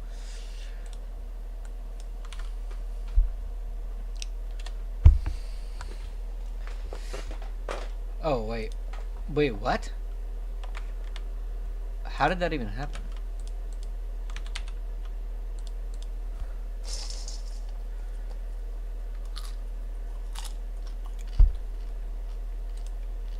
Hi, my name is Al Laspada, and I'm a professor in the departments of pediatrics, cellular and molecular medicine, and neurosciences at the UCSD School of Medicine.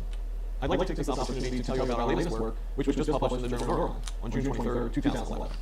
In 1990, Let's just look it up on Google.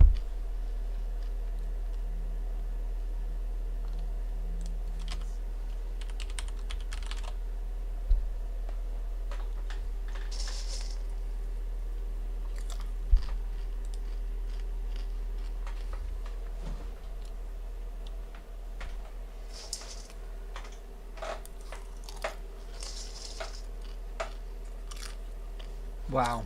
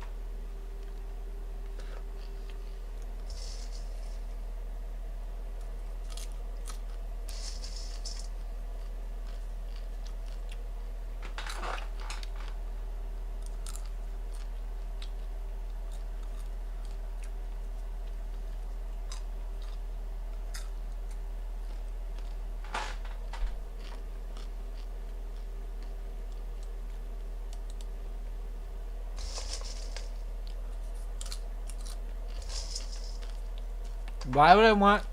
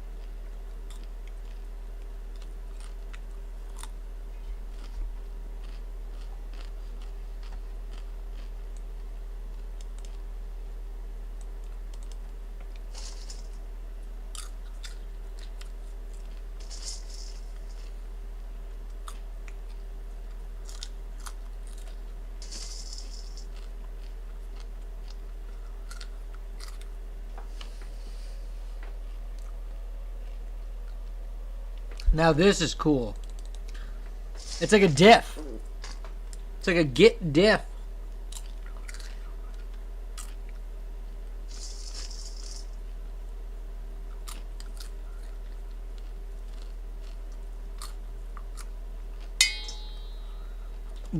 What strain is it? I don't understand.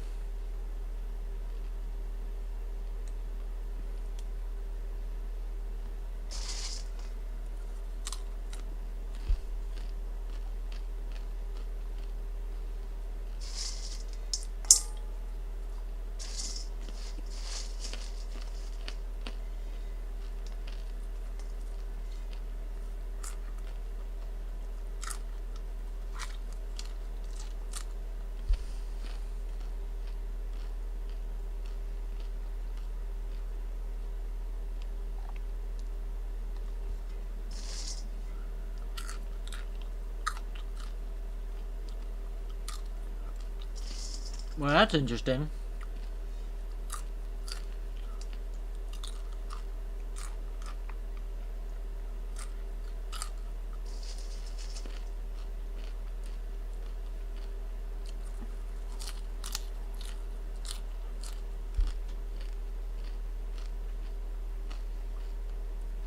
But I just don't know what it is. But okay.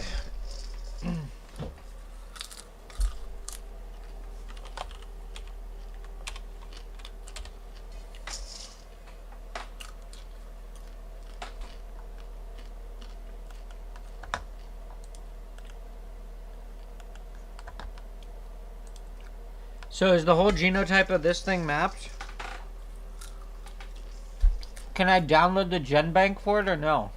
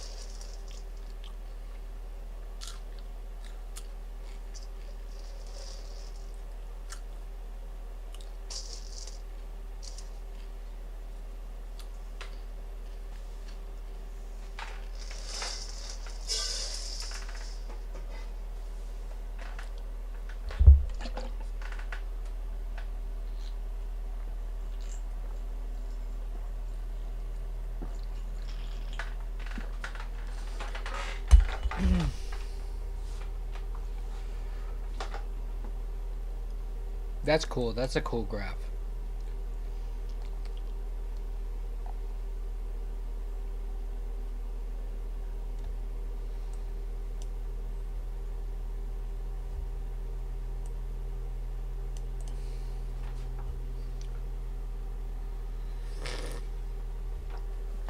Okay.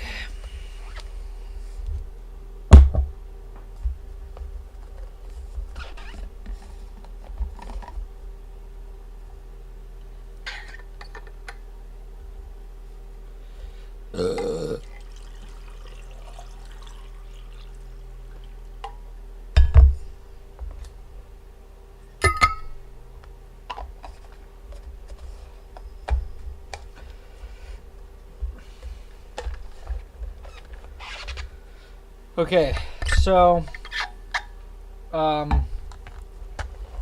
the question is definitely um, I have NEB stable, but it doesn't seem to come with a gene map or gen bank. How do I know if the strain expresses LAC-I? LAC inhibitor! LAC inhibitor!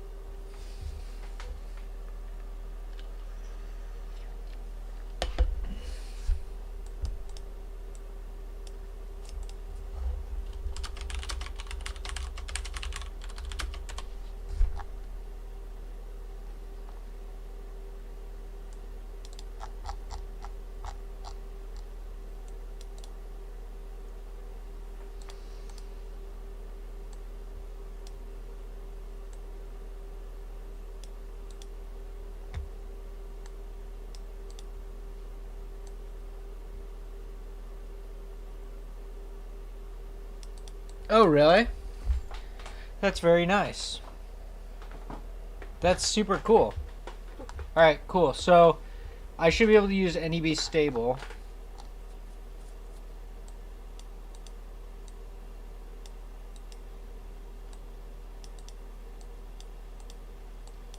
Alright, so we're going to use PTAC. And we're going to put it into Snapchain. Okay, so wait, how do I design it?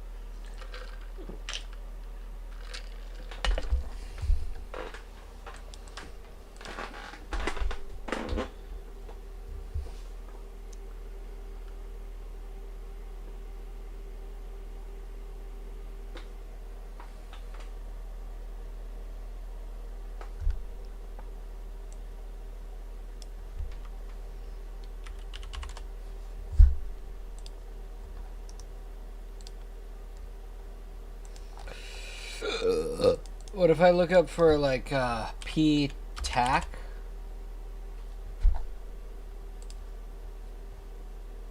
Ooh.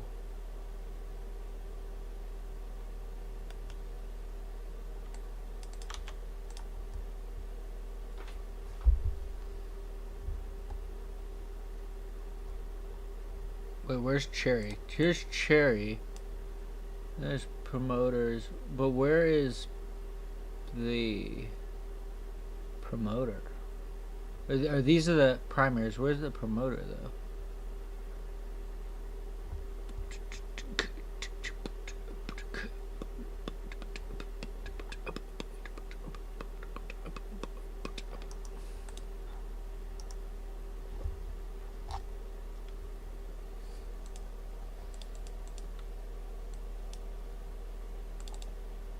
If I just look up PTAC,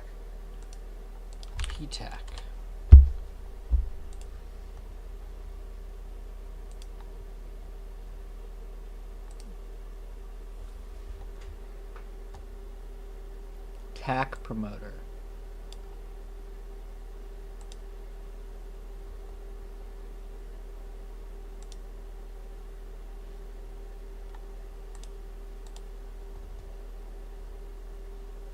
I actually like Snapgene. How much is Snapgene, bro? Snapgene's pretty good software.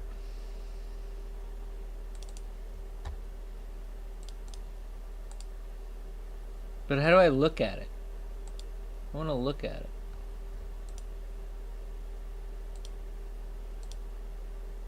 Show as linear sequence. TAC promoter. Lack operator.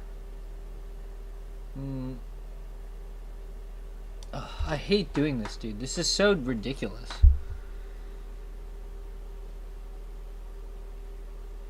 Because I think that...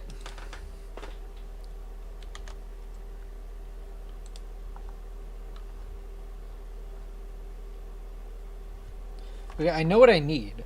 I need TAC, lack, O, then I need the RBS, right? And then I need the...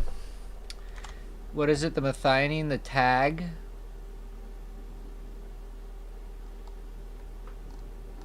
And then here, oh, they put lack I in there, which kind of makes sense. But NEB stable should already have it, so I'm not even going to do that. But wait, can we just look at the tag? So this promoter going this way, and then we have, here's the methionine. So, but how does this thing work? Because... Oh, yeah. Here it is. I think it's... No, wait. Isn't there like a... Okay, wait, hold on. Let me close some of this crap. Because we just need to figure out the sequence, and then we're going to design the primers, and we're going to check if the primers match up with the B star GA or AG B star.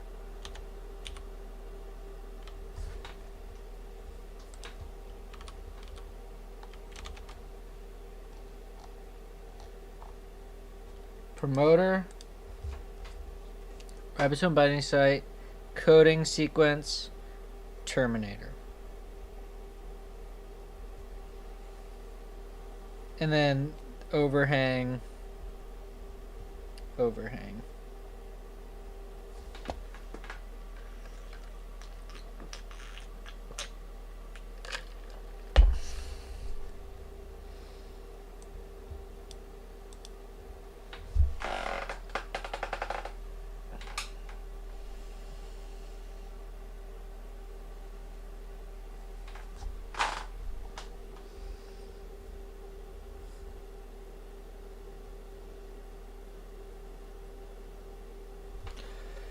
The PTAC promoter is a well-defined and widely used sequence. It's a hybrid of the TRIP and LAC promoters. Core promoter sequence, you can use the standard consensus sequence.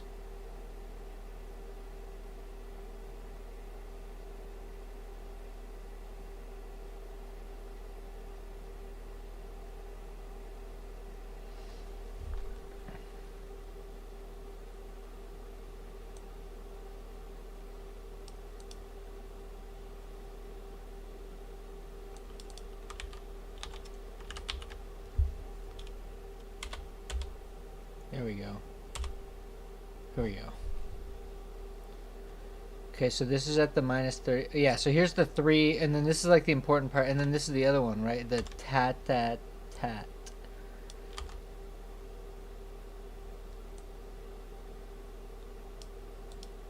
Alright, so we'll use this. I wonder if I just look this up. If I just Google this, does anyone know what the hell this is? Okay.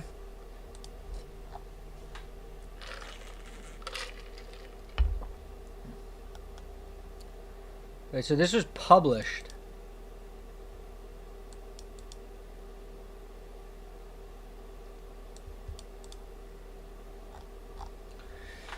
Maltose, bro. Yeah, boy, be up on mal. Does it have the actual sequence in here? That's what I kind of want to see.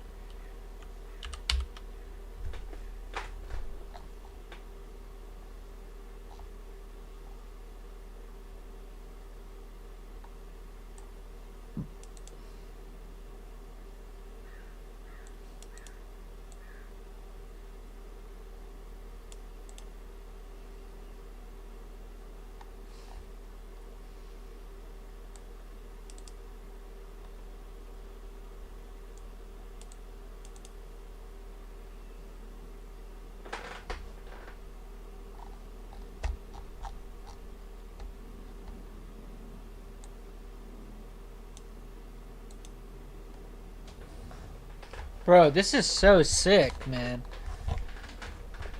The old biotech, bro, that's fun.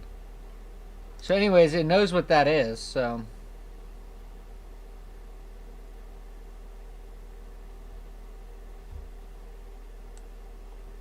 This is TRC. TAC promoter sequence.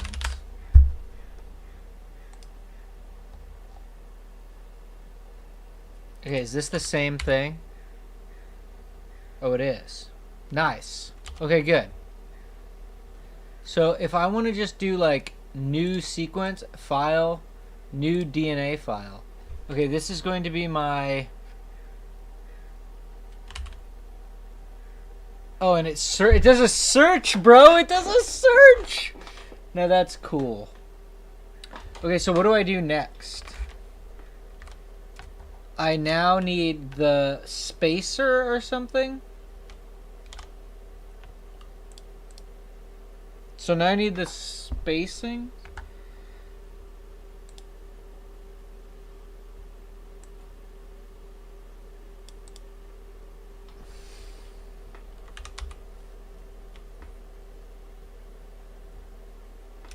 It would be cool if you could just write TAC, you know? But you can't. But bro, that's so sick that it just searches it up. TAC promoter.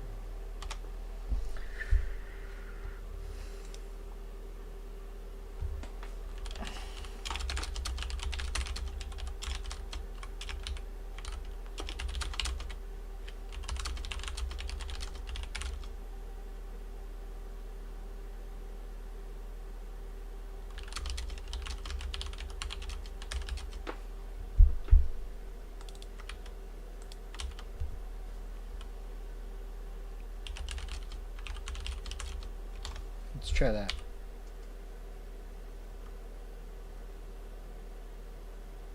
Okay, and now what we want to do is we want to get the, can I interleave an amino acid sequence?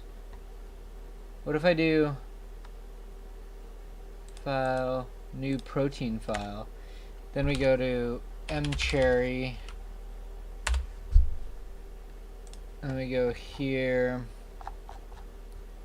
and then I'd like to convert it, you know, and then can I do a star? Is that a thing?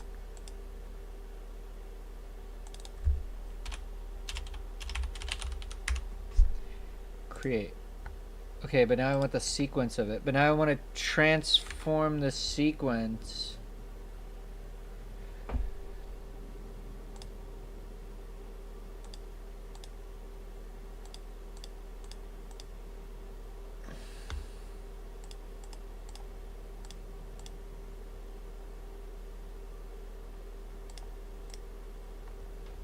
Um,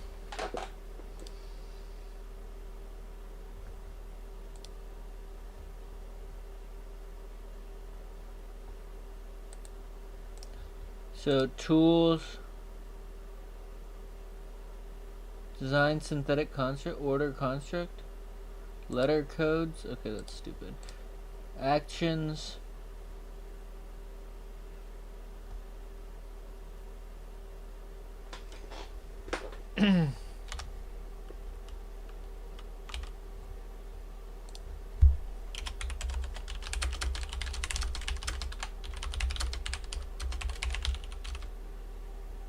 Did this start with the... Okay, did it start with the methionine?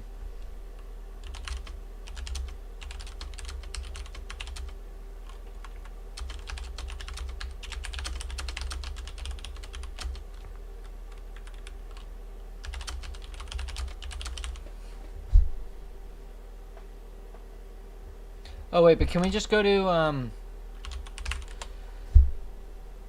Bro. Why would anyone want anything besides this sick motherfucking...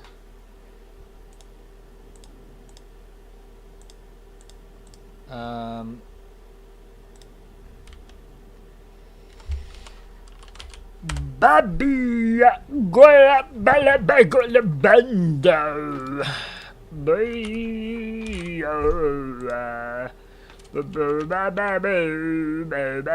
Oh, it's this. Okay. Bow bow bow bow bow bow bow bow.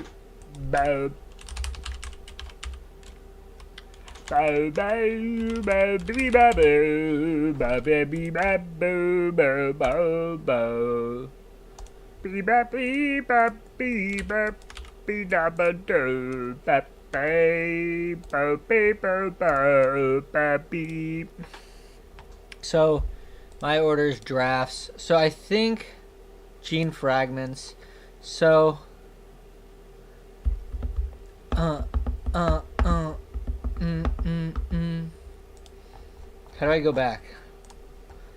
Okay, so here's the sequence. This is the Terminator.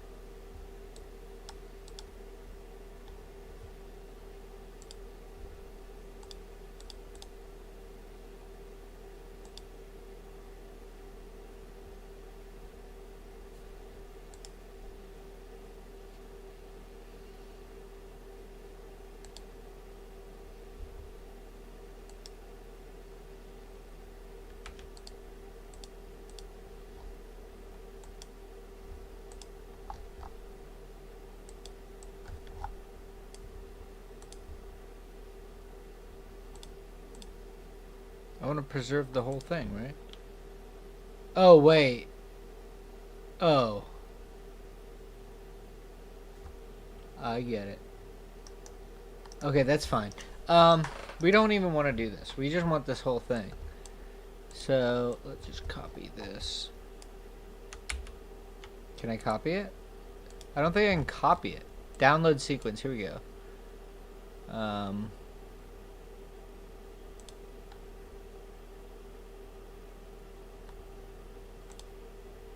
I want the FASTA. Okay, so I think I just want this. And then I want to go back to this thing. Alright, so we have the... Okay, but now we need the spacer, right? That's the thing, is there's like no validation, bro. Okay, so what do I do with the spacer thing?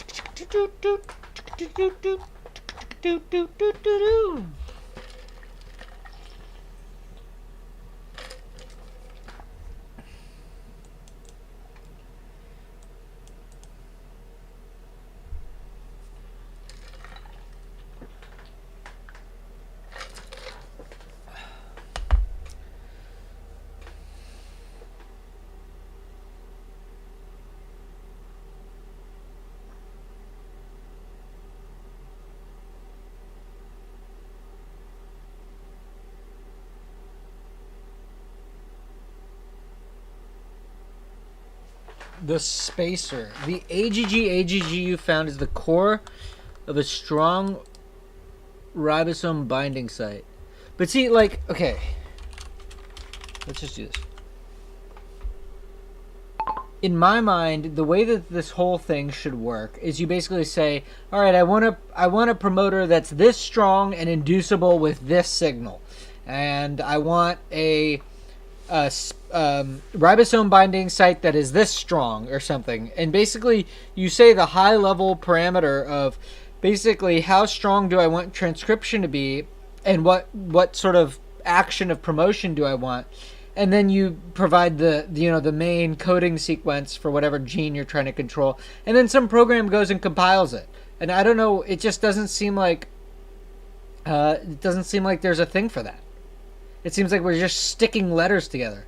What the heck are we doing?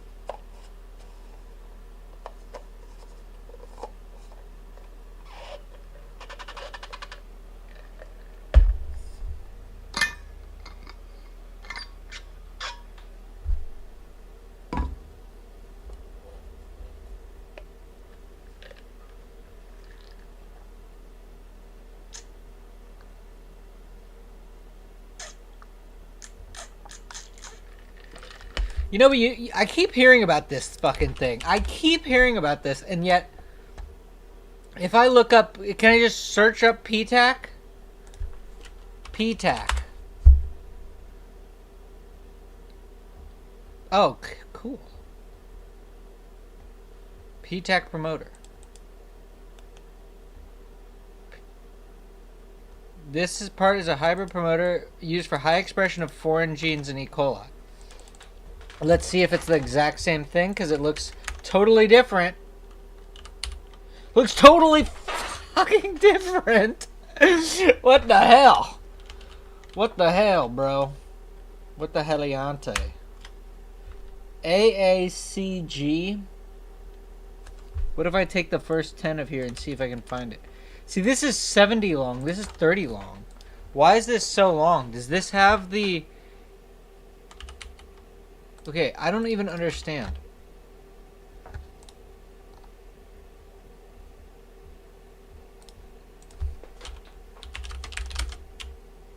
Why does iGEM say that PTAC is totally different from... So, okay, wait. The PTAC that I found here... Okay, so here we go. So... This is download plasmid. hack promoter. So this is like, yeah. I actually really like Snapgene, dude. Pretty sick. So wait, hold on. Wait, where's my, okay.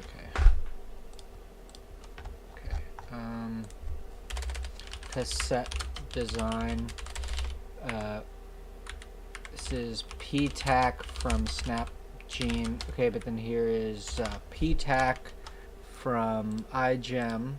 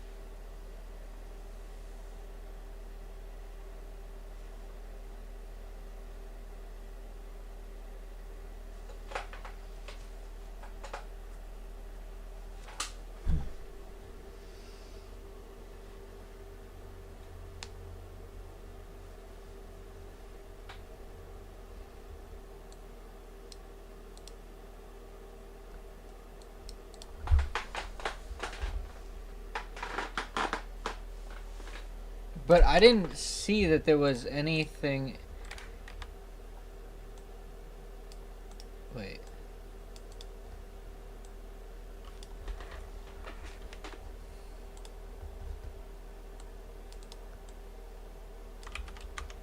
Let's just search a small segment of it. Okay.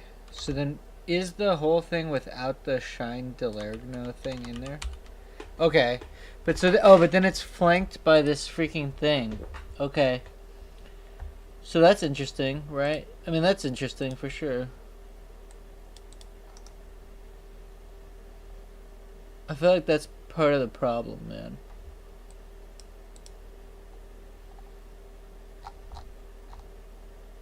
Okay, but that's pretty neat.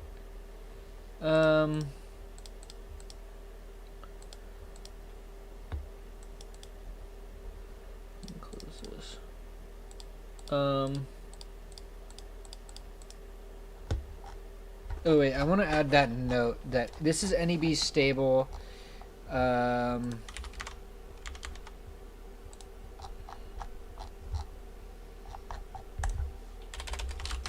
wait, here, let me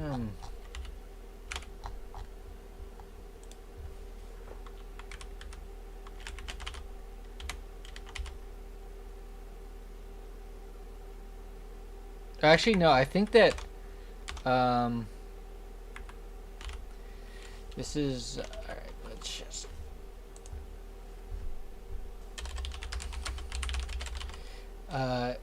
NEB stable.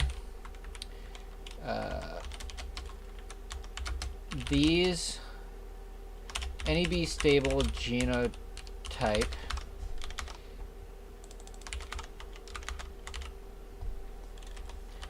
note the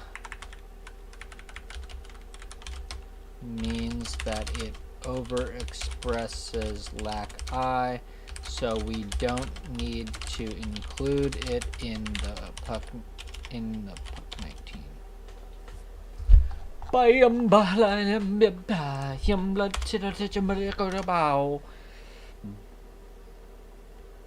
Okay. Alright, so let's keep going.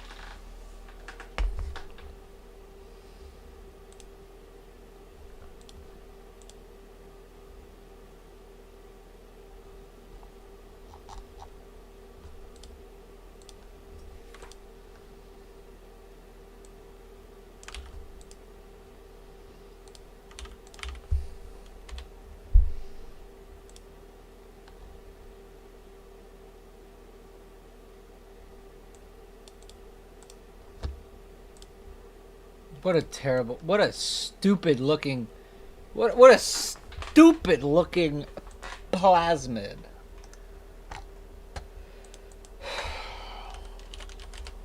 Let's see if there's some other ones with PTAC in it. This one looks pretty good. IPTs to which lack IQ was added. Lack IQ promoter. Lack operator.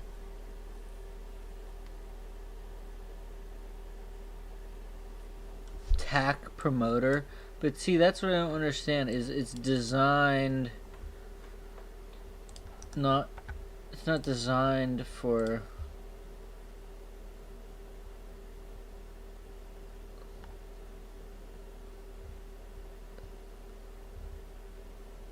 I mean, where's TAC? I don't even see TAC in here. What does this thing mean? Oh. Lack. Where's the TAC? The dumbass don't even have TAC, bro. They don't even have TAC. They just have lack. And straight lacking.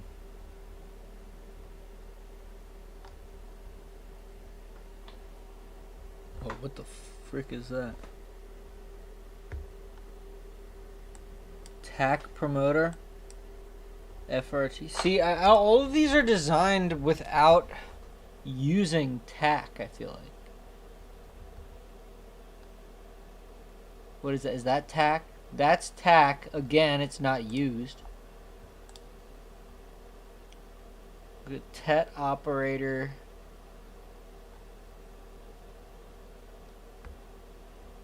Okay, I don't give a shit. PTAC. PTAC single level gene expression controller. Is this an ORF though? What is this?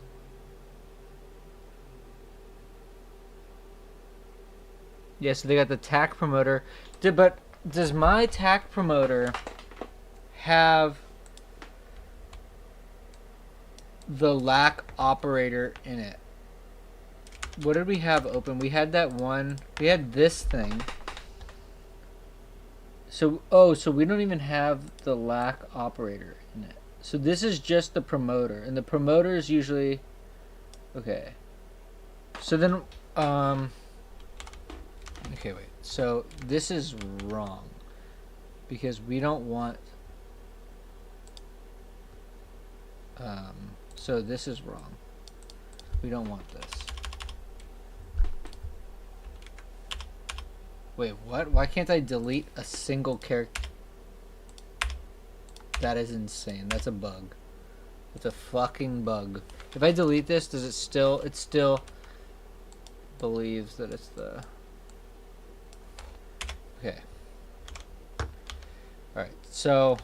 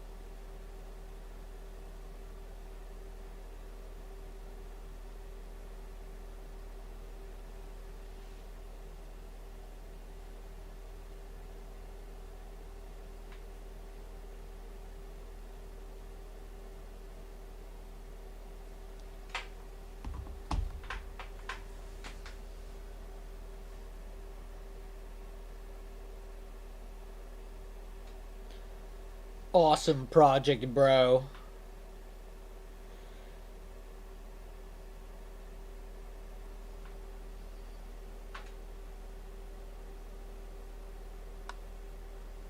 The canonical lac-O.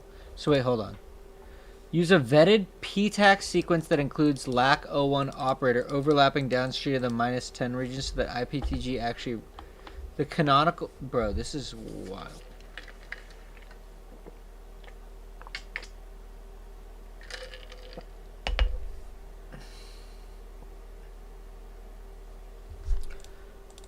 So what is this in my sequence? If I go back to this thing, this is different. It's different. Isn't that fucking fun? It's different. That's just like the fucking motto. It's different. We don't know, but it's different. Oh, wait, but this is lac-O. So, okay, wait. Use a vetted p-tax sequence that includes a lac-O1 operator.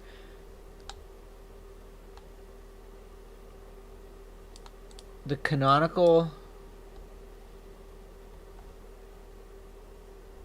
These are all... They all did this at Genentech, right?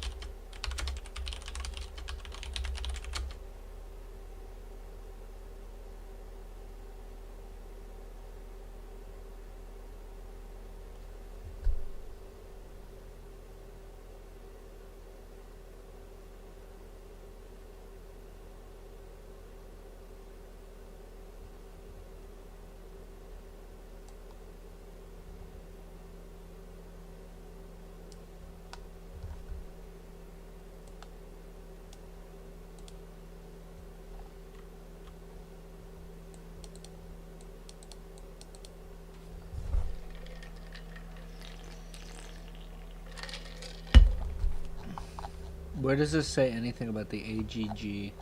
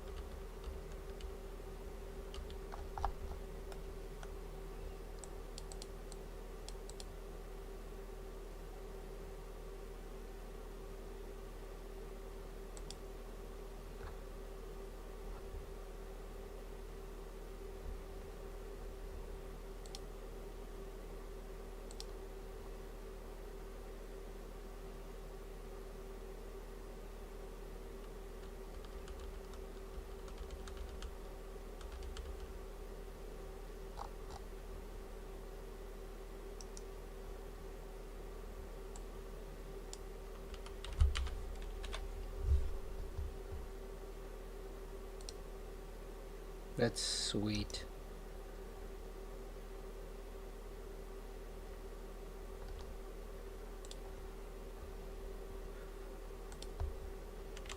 Dude, these people did this in college, man. That's insane. Okay, but what does this have to do with the...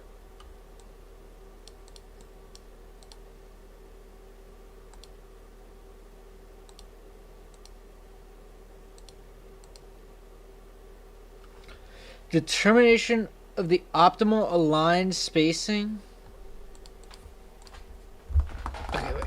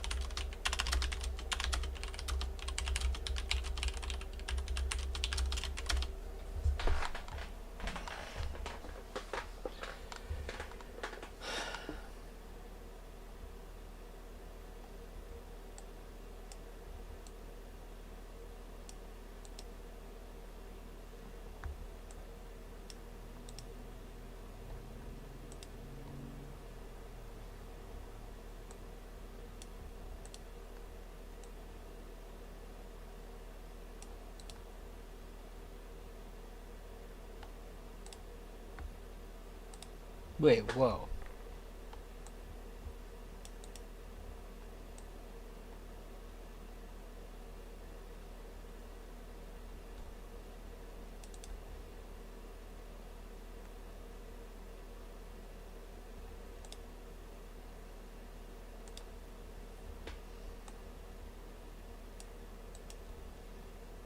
I hate the. Oh, there we go. 2017.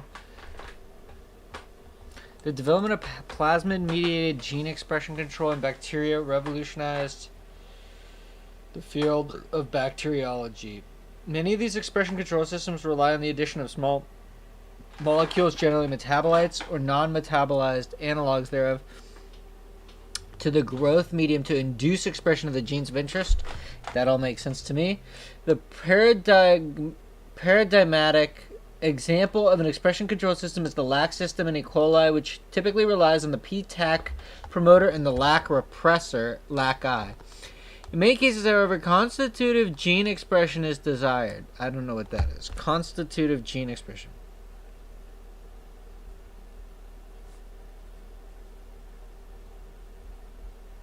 Oh, it's sunny now? Bro, what the hell?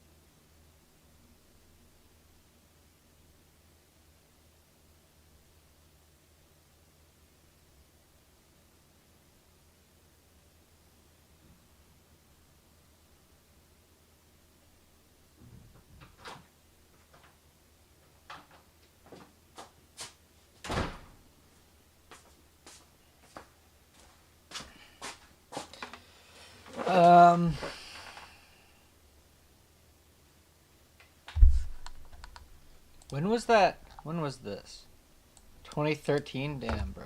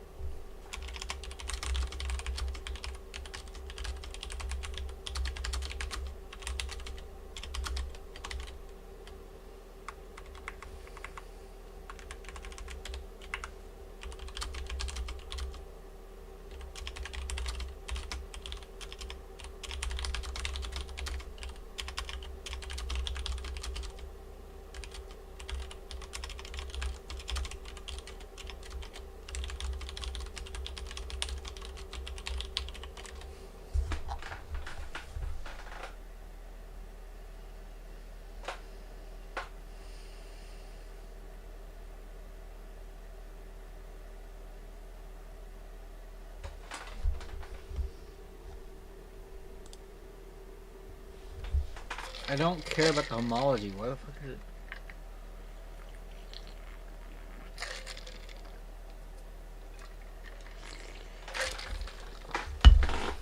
Let me give it the let me give it the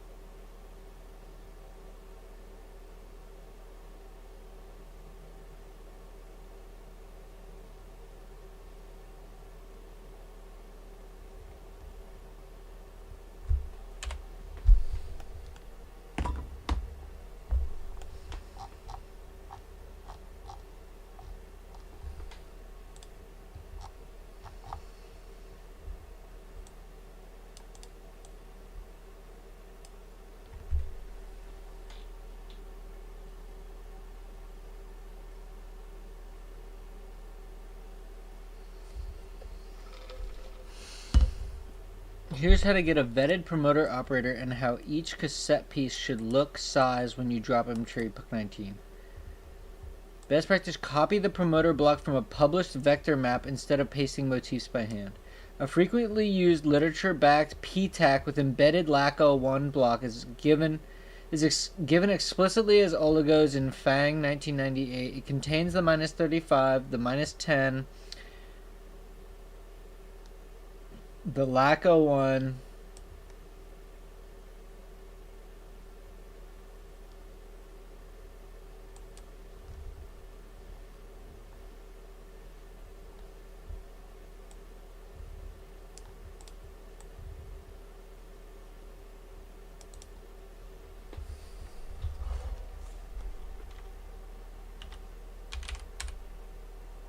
bro, I don't even think it read this.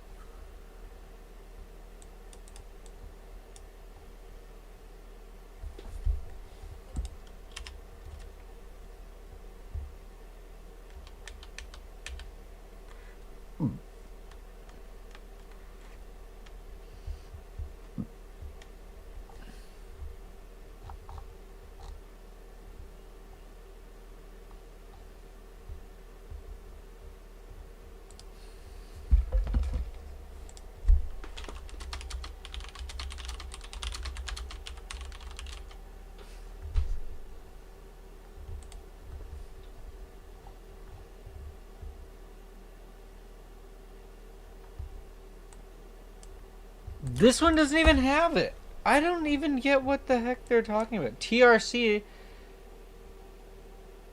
I mean, maybe that's it? I don't know. I can't tell if that's it. Oh, great. Yeah, that's exactly what I wanted. The worst picture I've ever seen.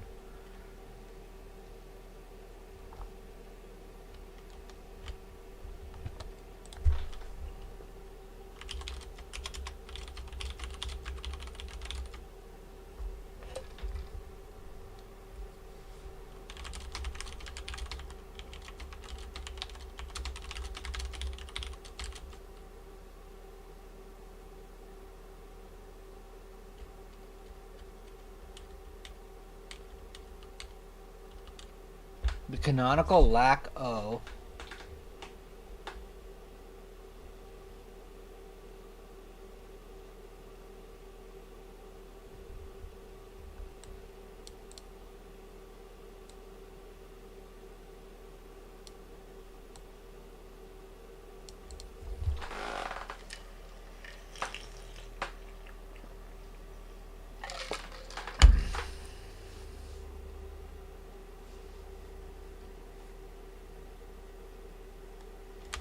Because if we go back to this, the lac operator has a space of 7.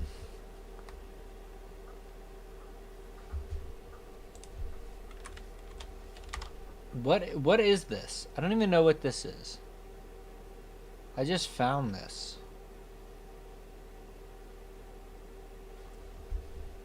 In Puck 19 though,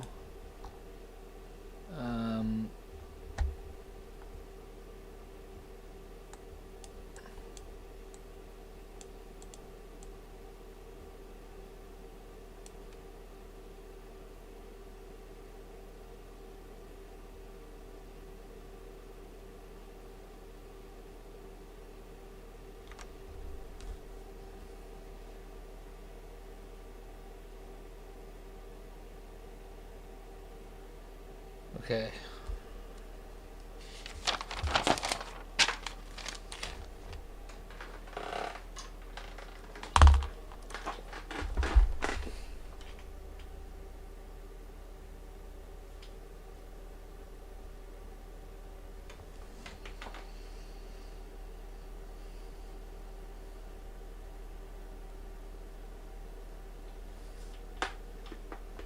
So the way it goes is you have something called minus 35, and there's 6 bases, 6 BP.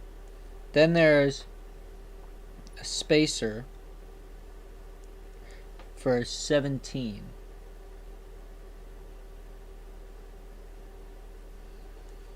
Then there's another, then this thing is called the minus 10, and this is 6 base pairs.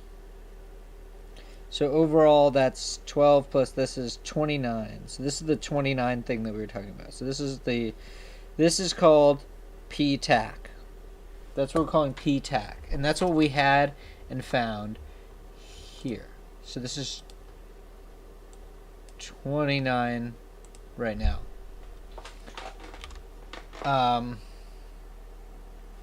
So then, and also I don't understand what you mean about overlap with lac 01 and the minus 10 region. In the Puck 19 that I'm looking at also, it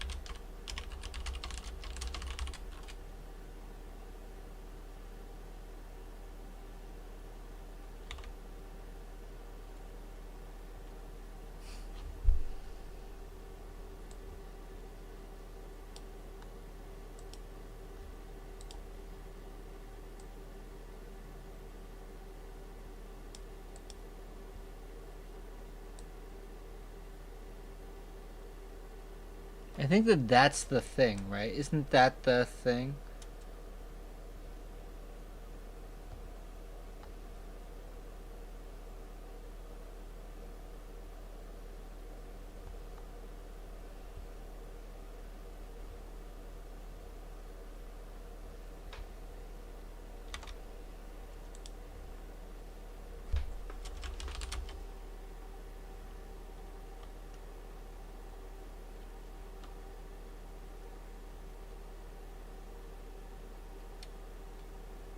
Wait, can we go to benchling too? Didn't I annotate something as...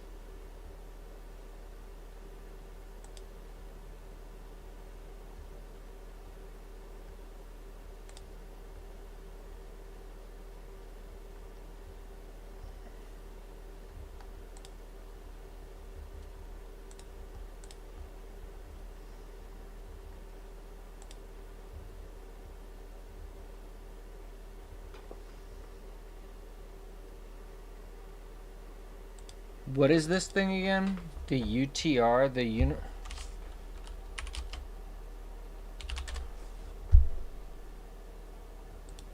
Okay.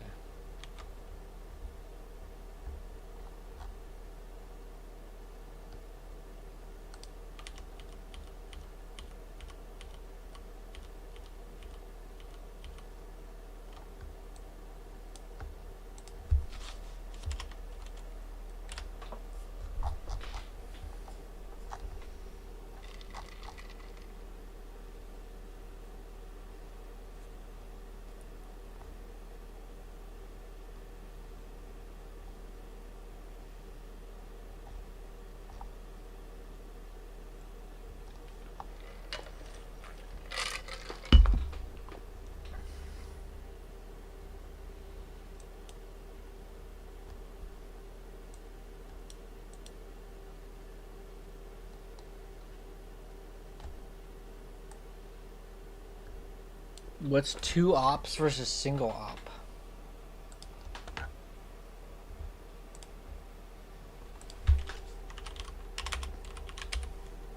TAC is not in here. You are joking me. Design and analysis of lack I repressed promoters. Wait, so... Wait, what?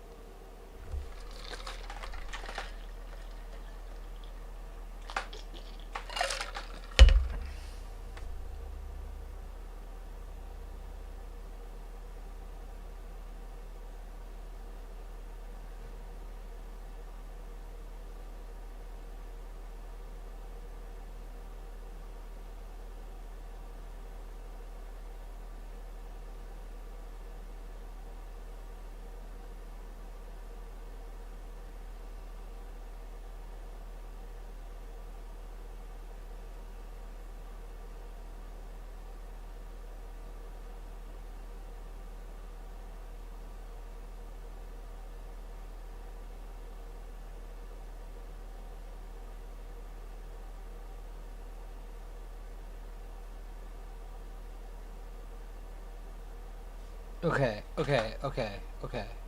If a lack operator, which is a... Okay. Overlaps either the -10 region or the +1, then it physically blocks RNAP, RNAP,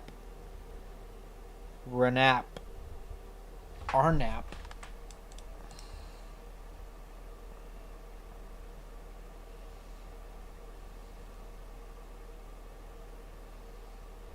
So which is the best? Which is the best one?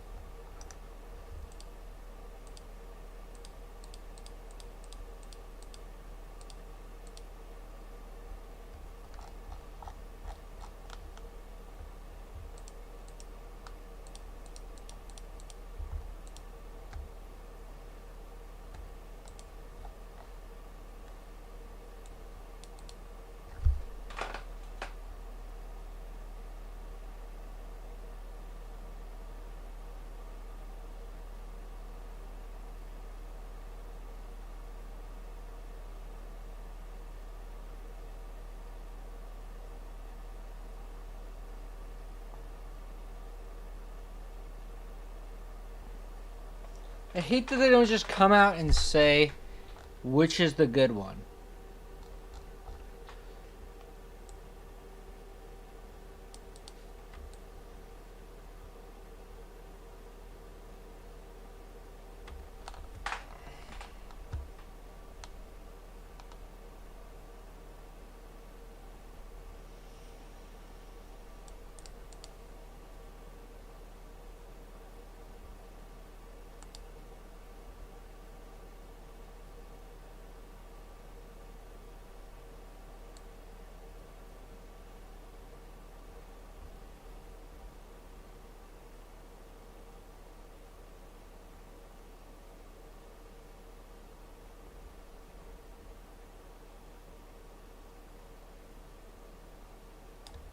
Whoa, really?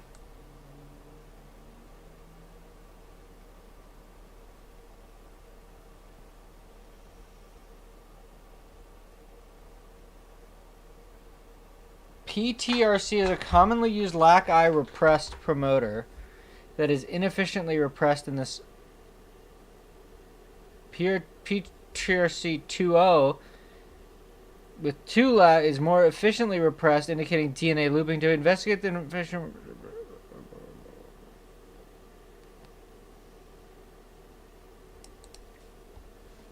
These papers are all dumb, dude. But I don't want the one with 2 operators.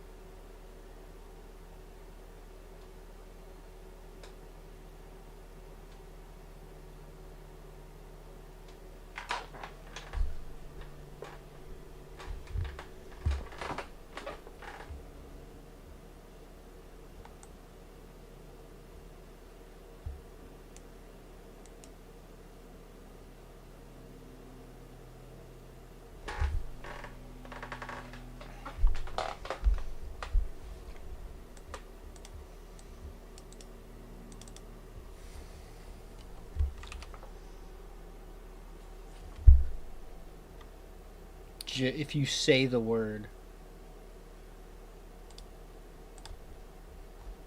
See this, okay, so I guess this is the one.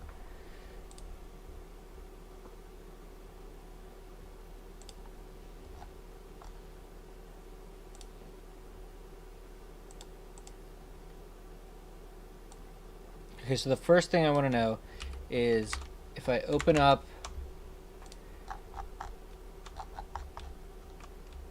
this thing,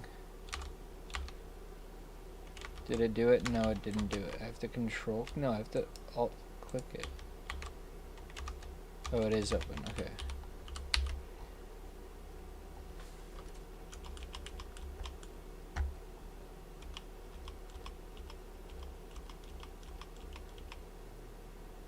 Of course it's different. Nah, of course it's different.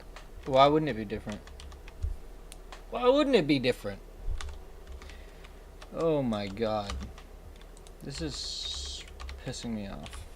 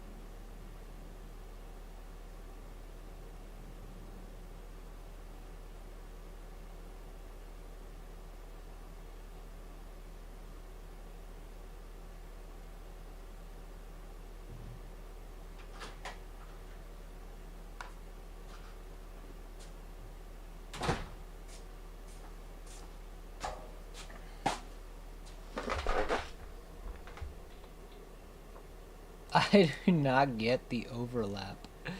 How? I don't even know what that means. If I just like copy this thing and put it in my new sequence.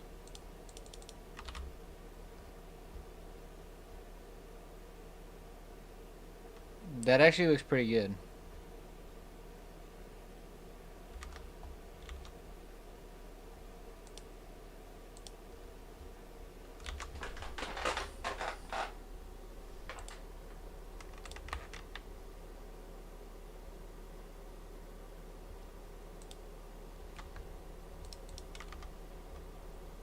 Where was the twist link? Did I destroy that?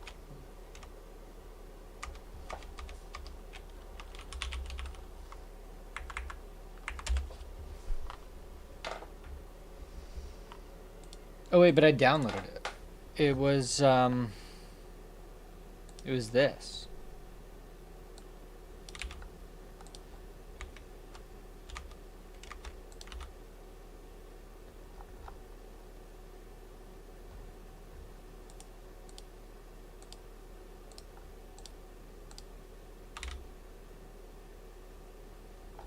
But then what about the Terminator?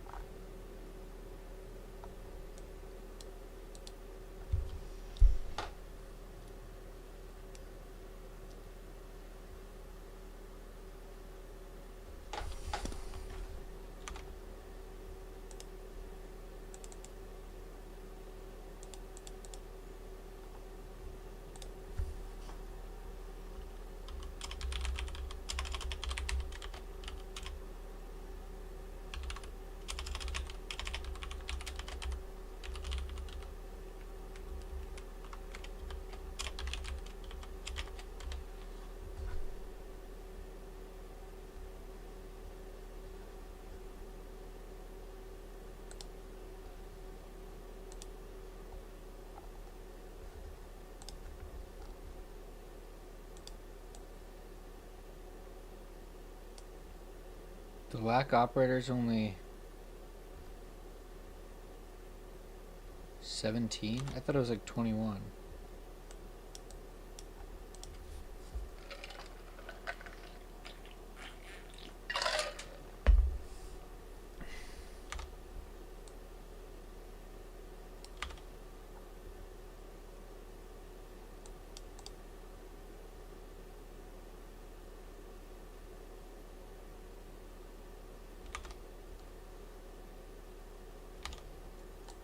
What do they mean overlap? What does that mean?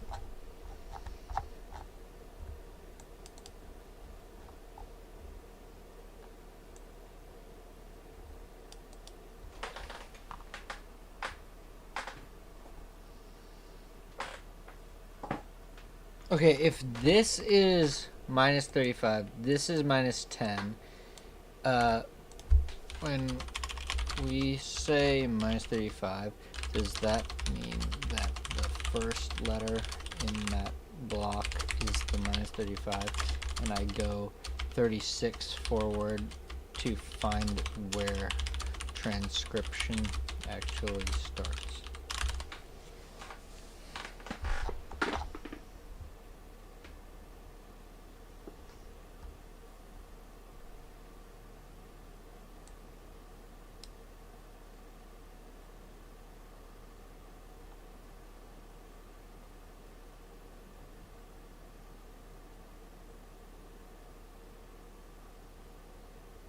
What? Who the hell came up with that convention? That's ridiculous.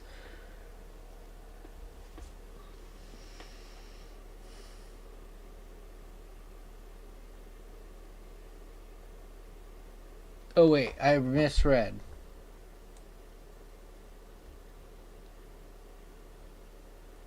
Wait.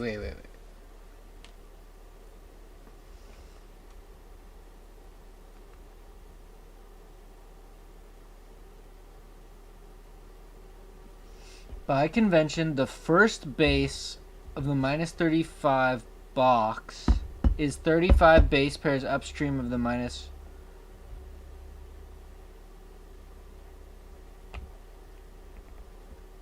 And the first base of the minus 10 box is.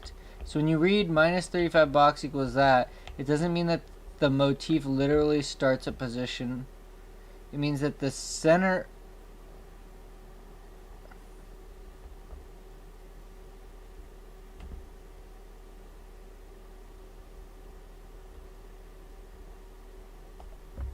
Wait.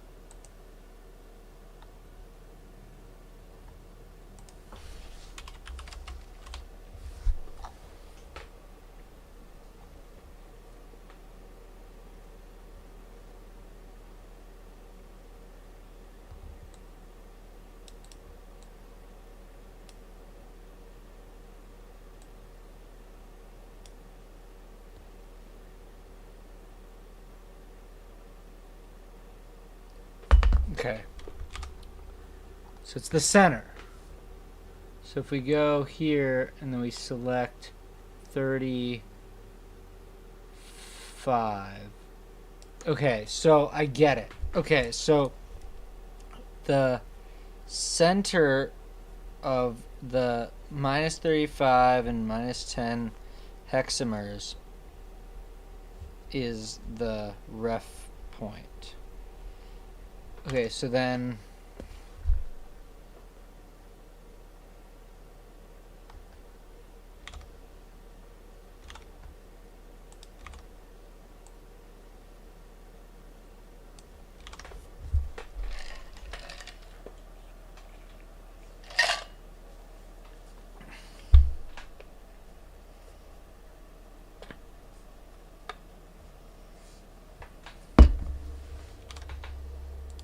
okay, so how many are between this thing? 16.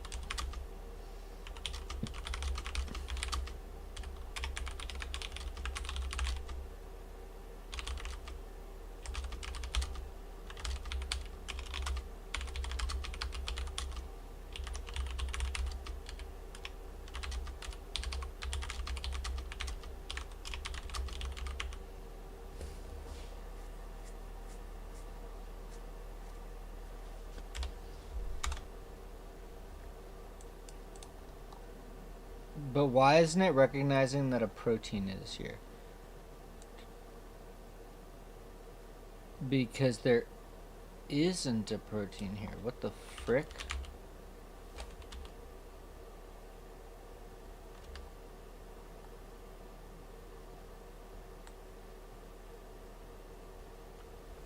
Is that the thing?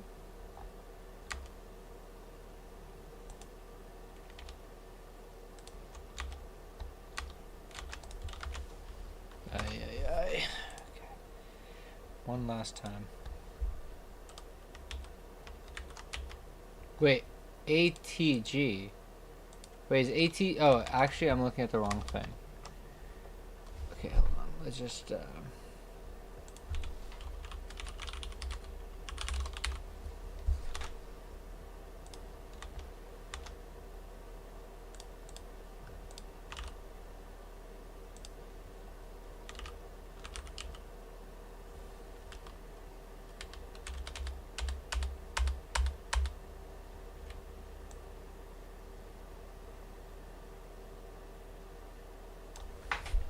So in this one, there's 8.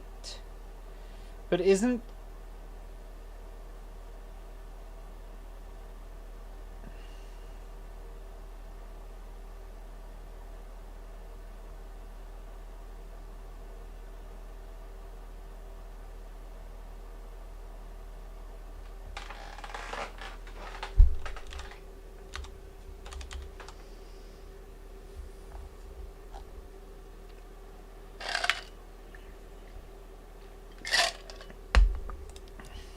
Can we go back to the thing now? Okay. Not that one.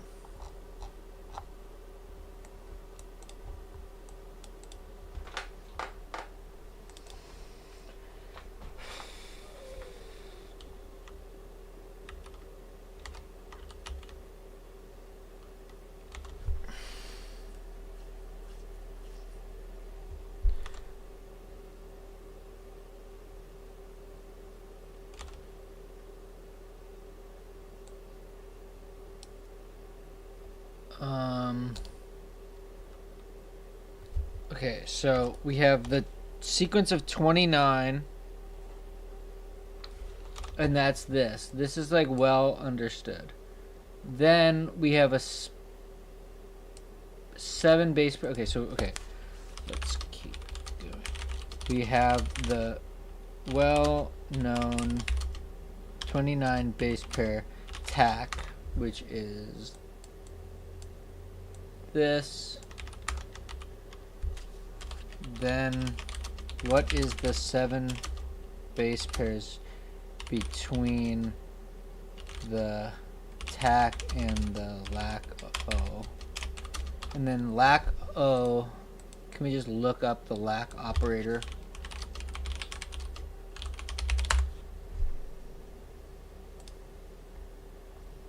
Okay. Can I edit this? Can I just go like this?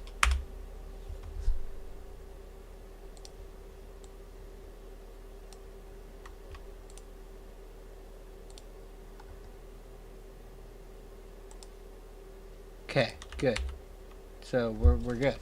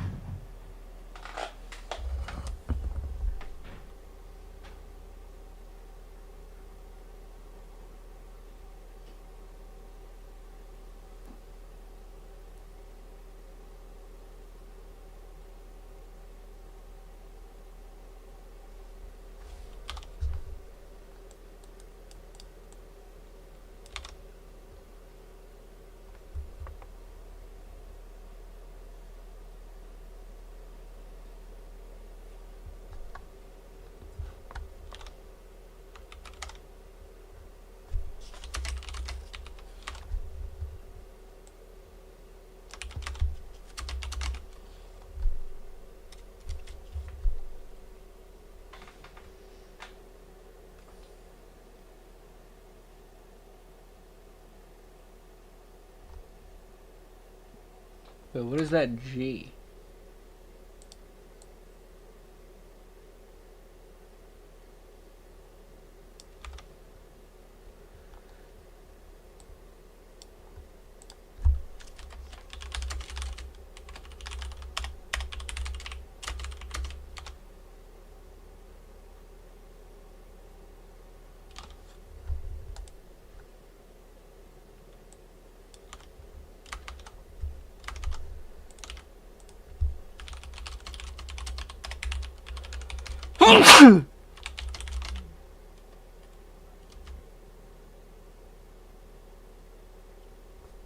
And then that second A?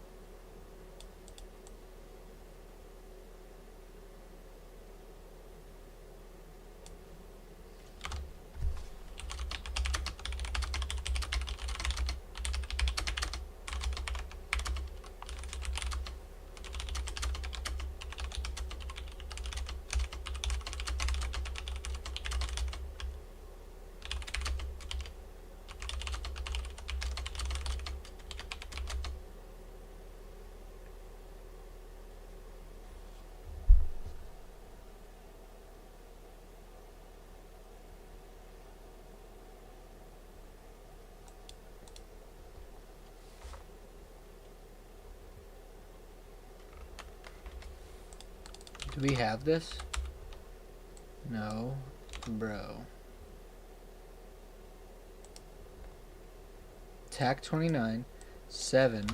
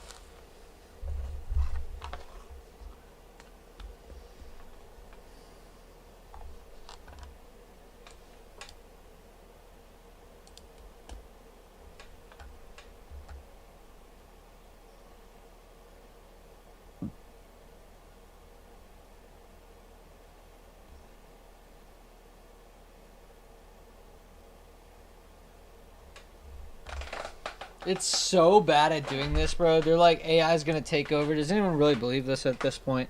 Shit's so dumb, dude. It's still so dumb.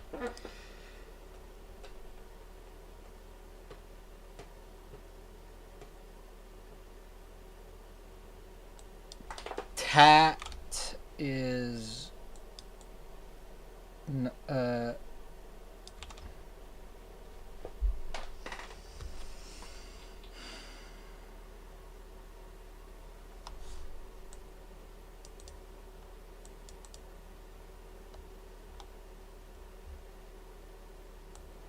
I said middle of the...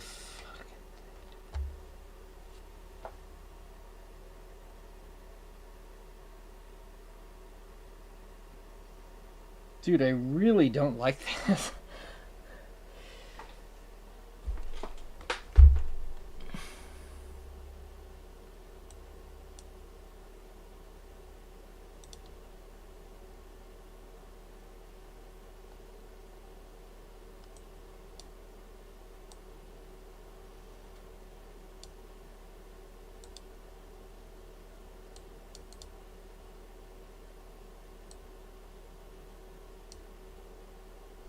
Center to that to center to that. Is that even right?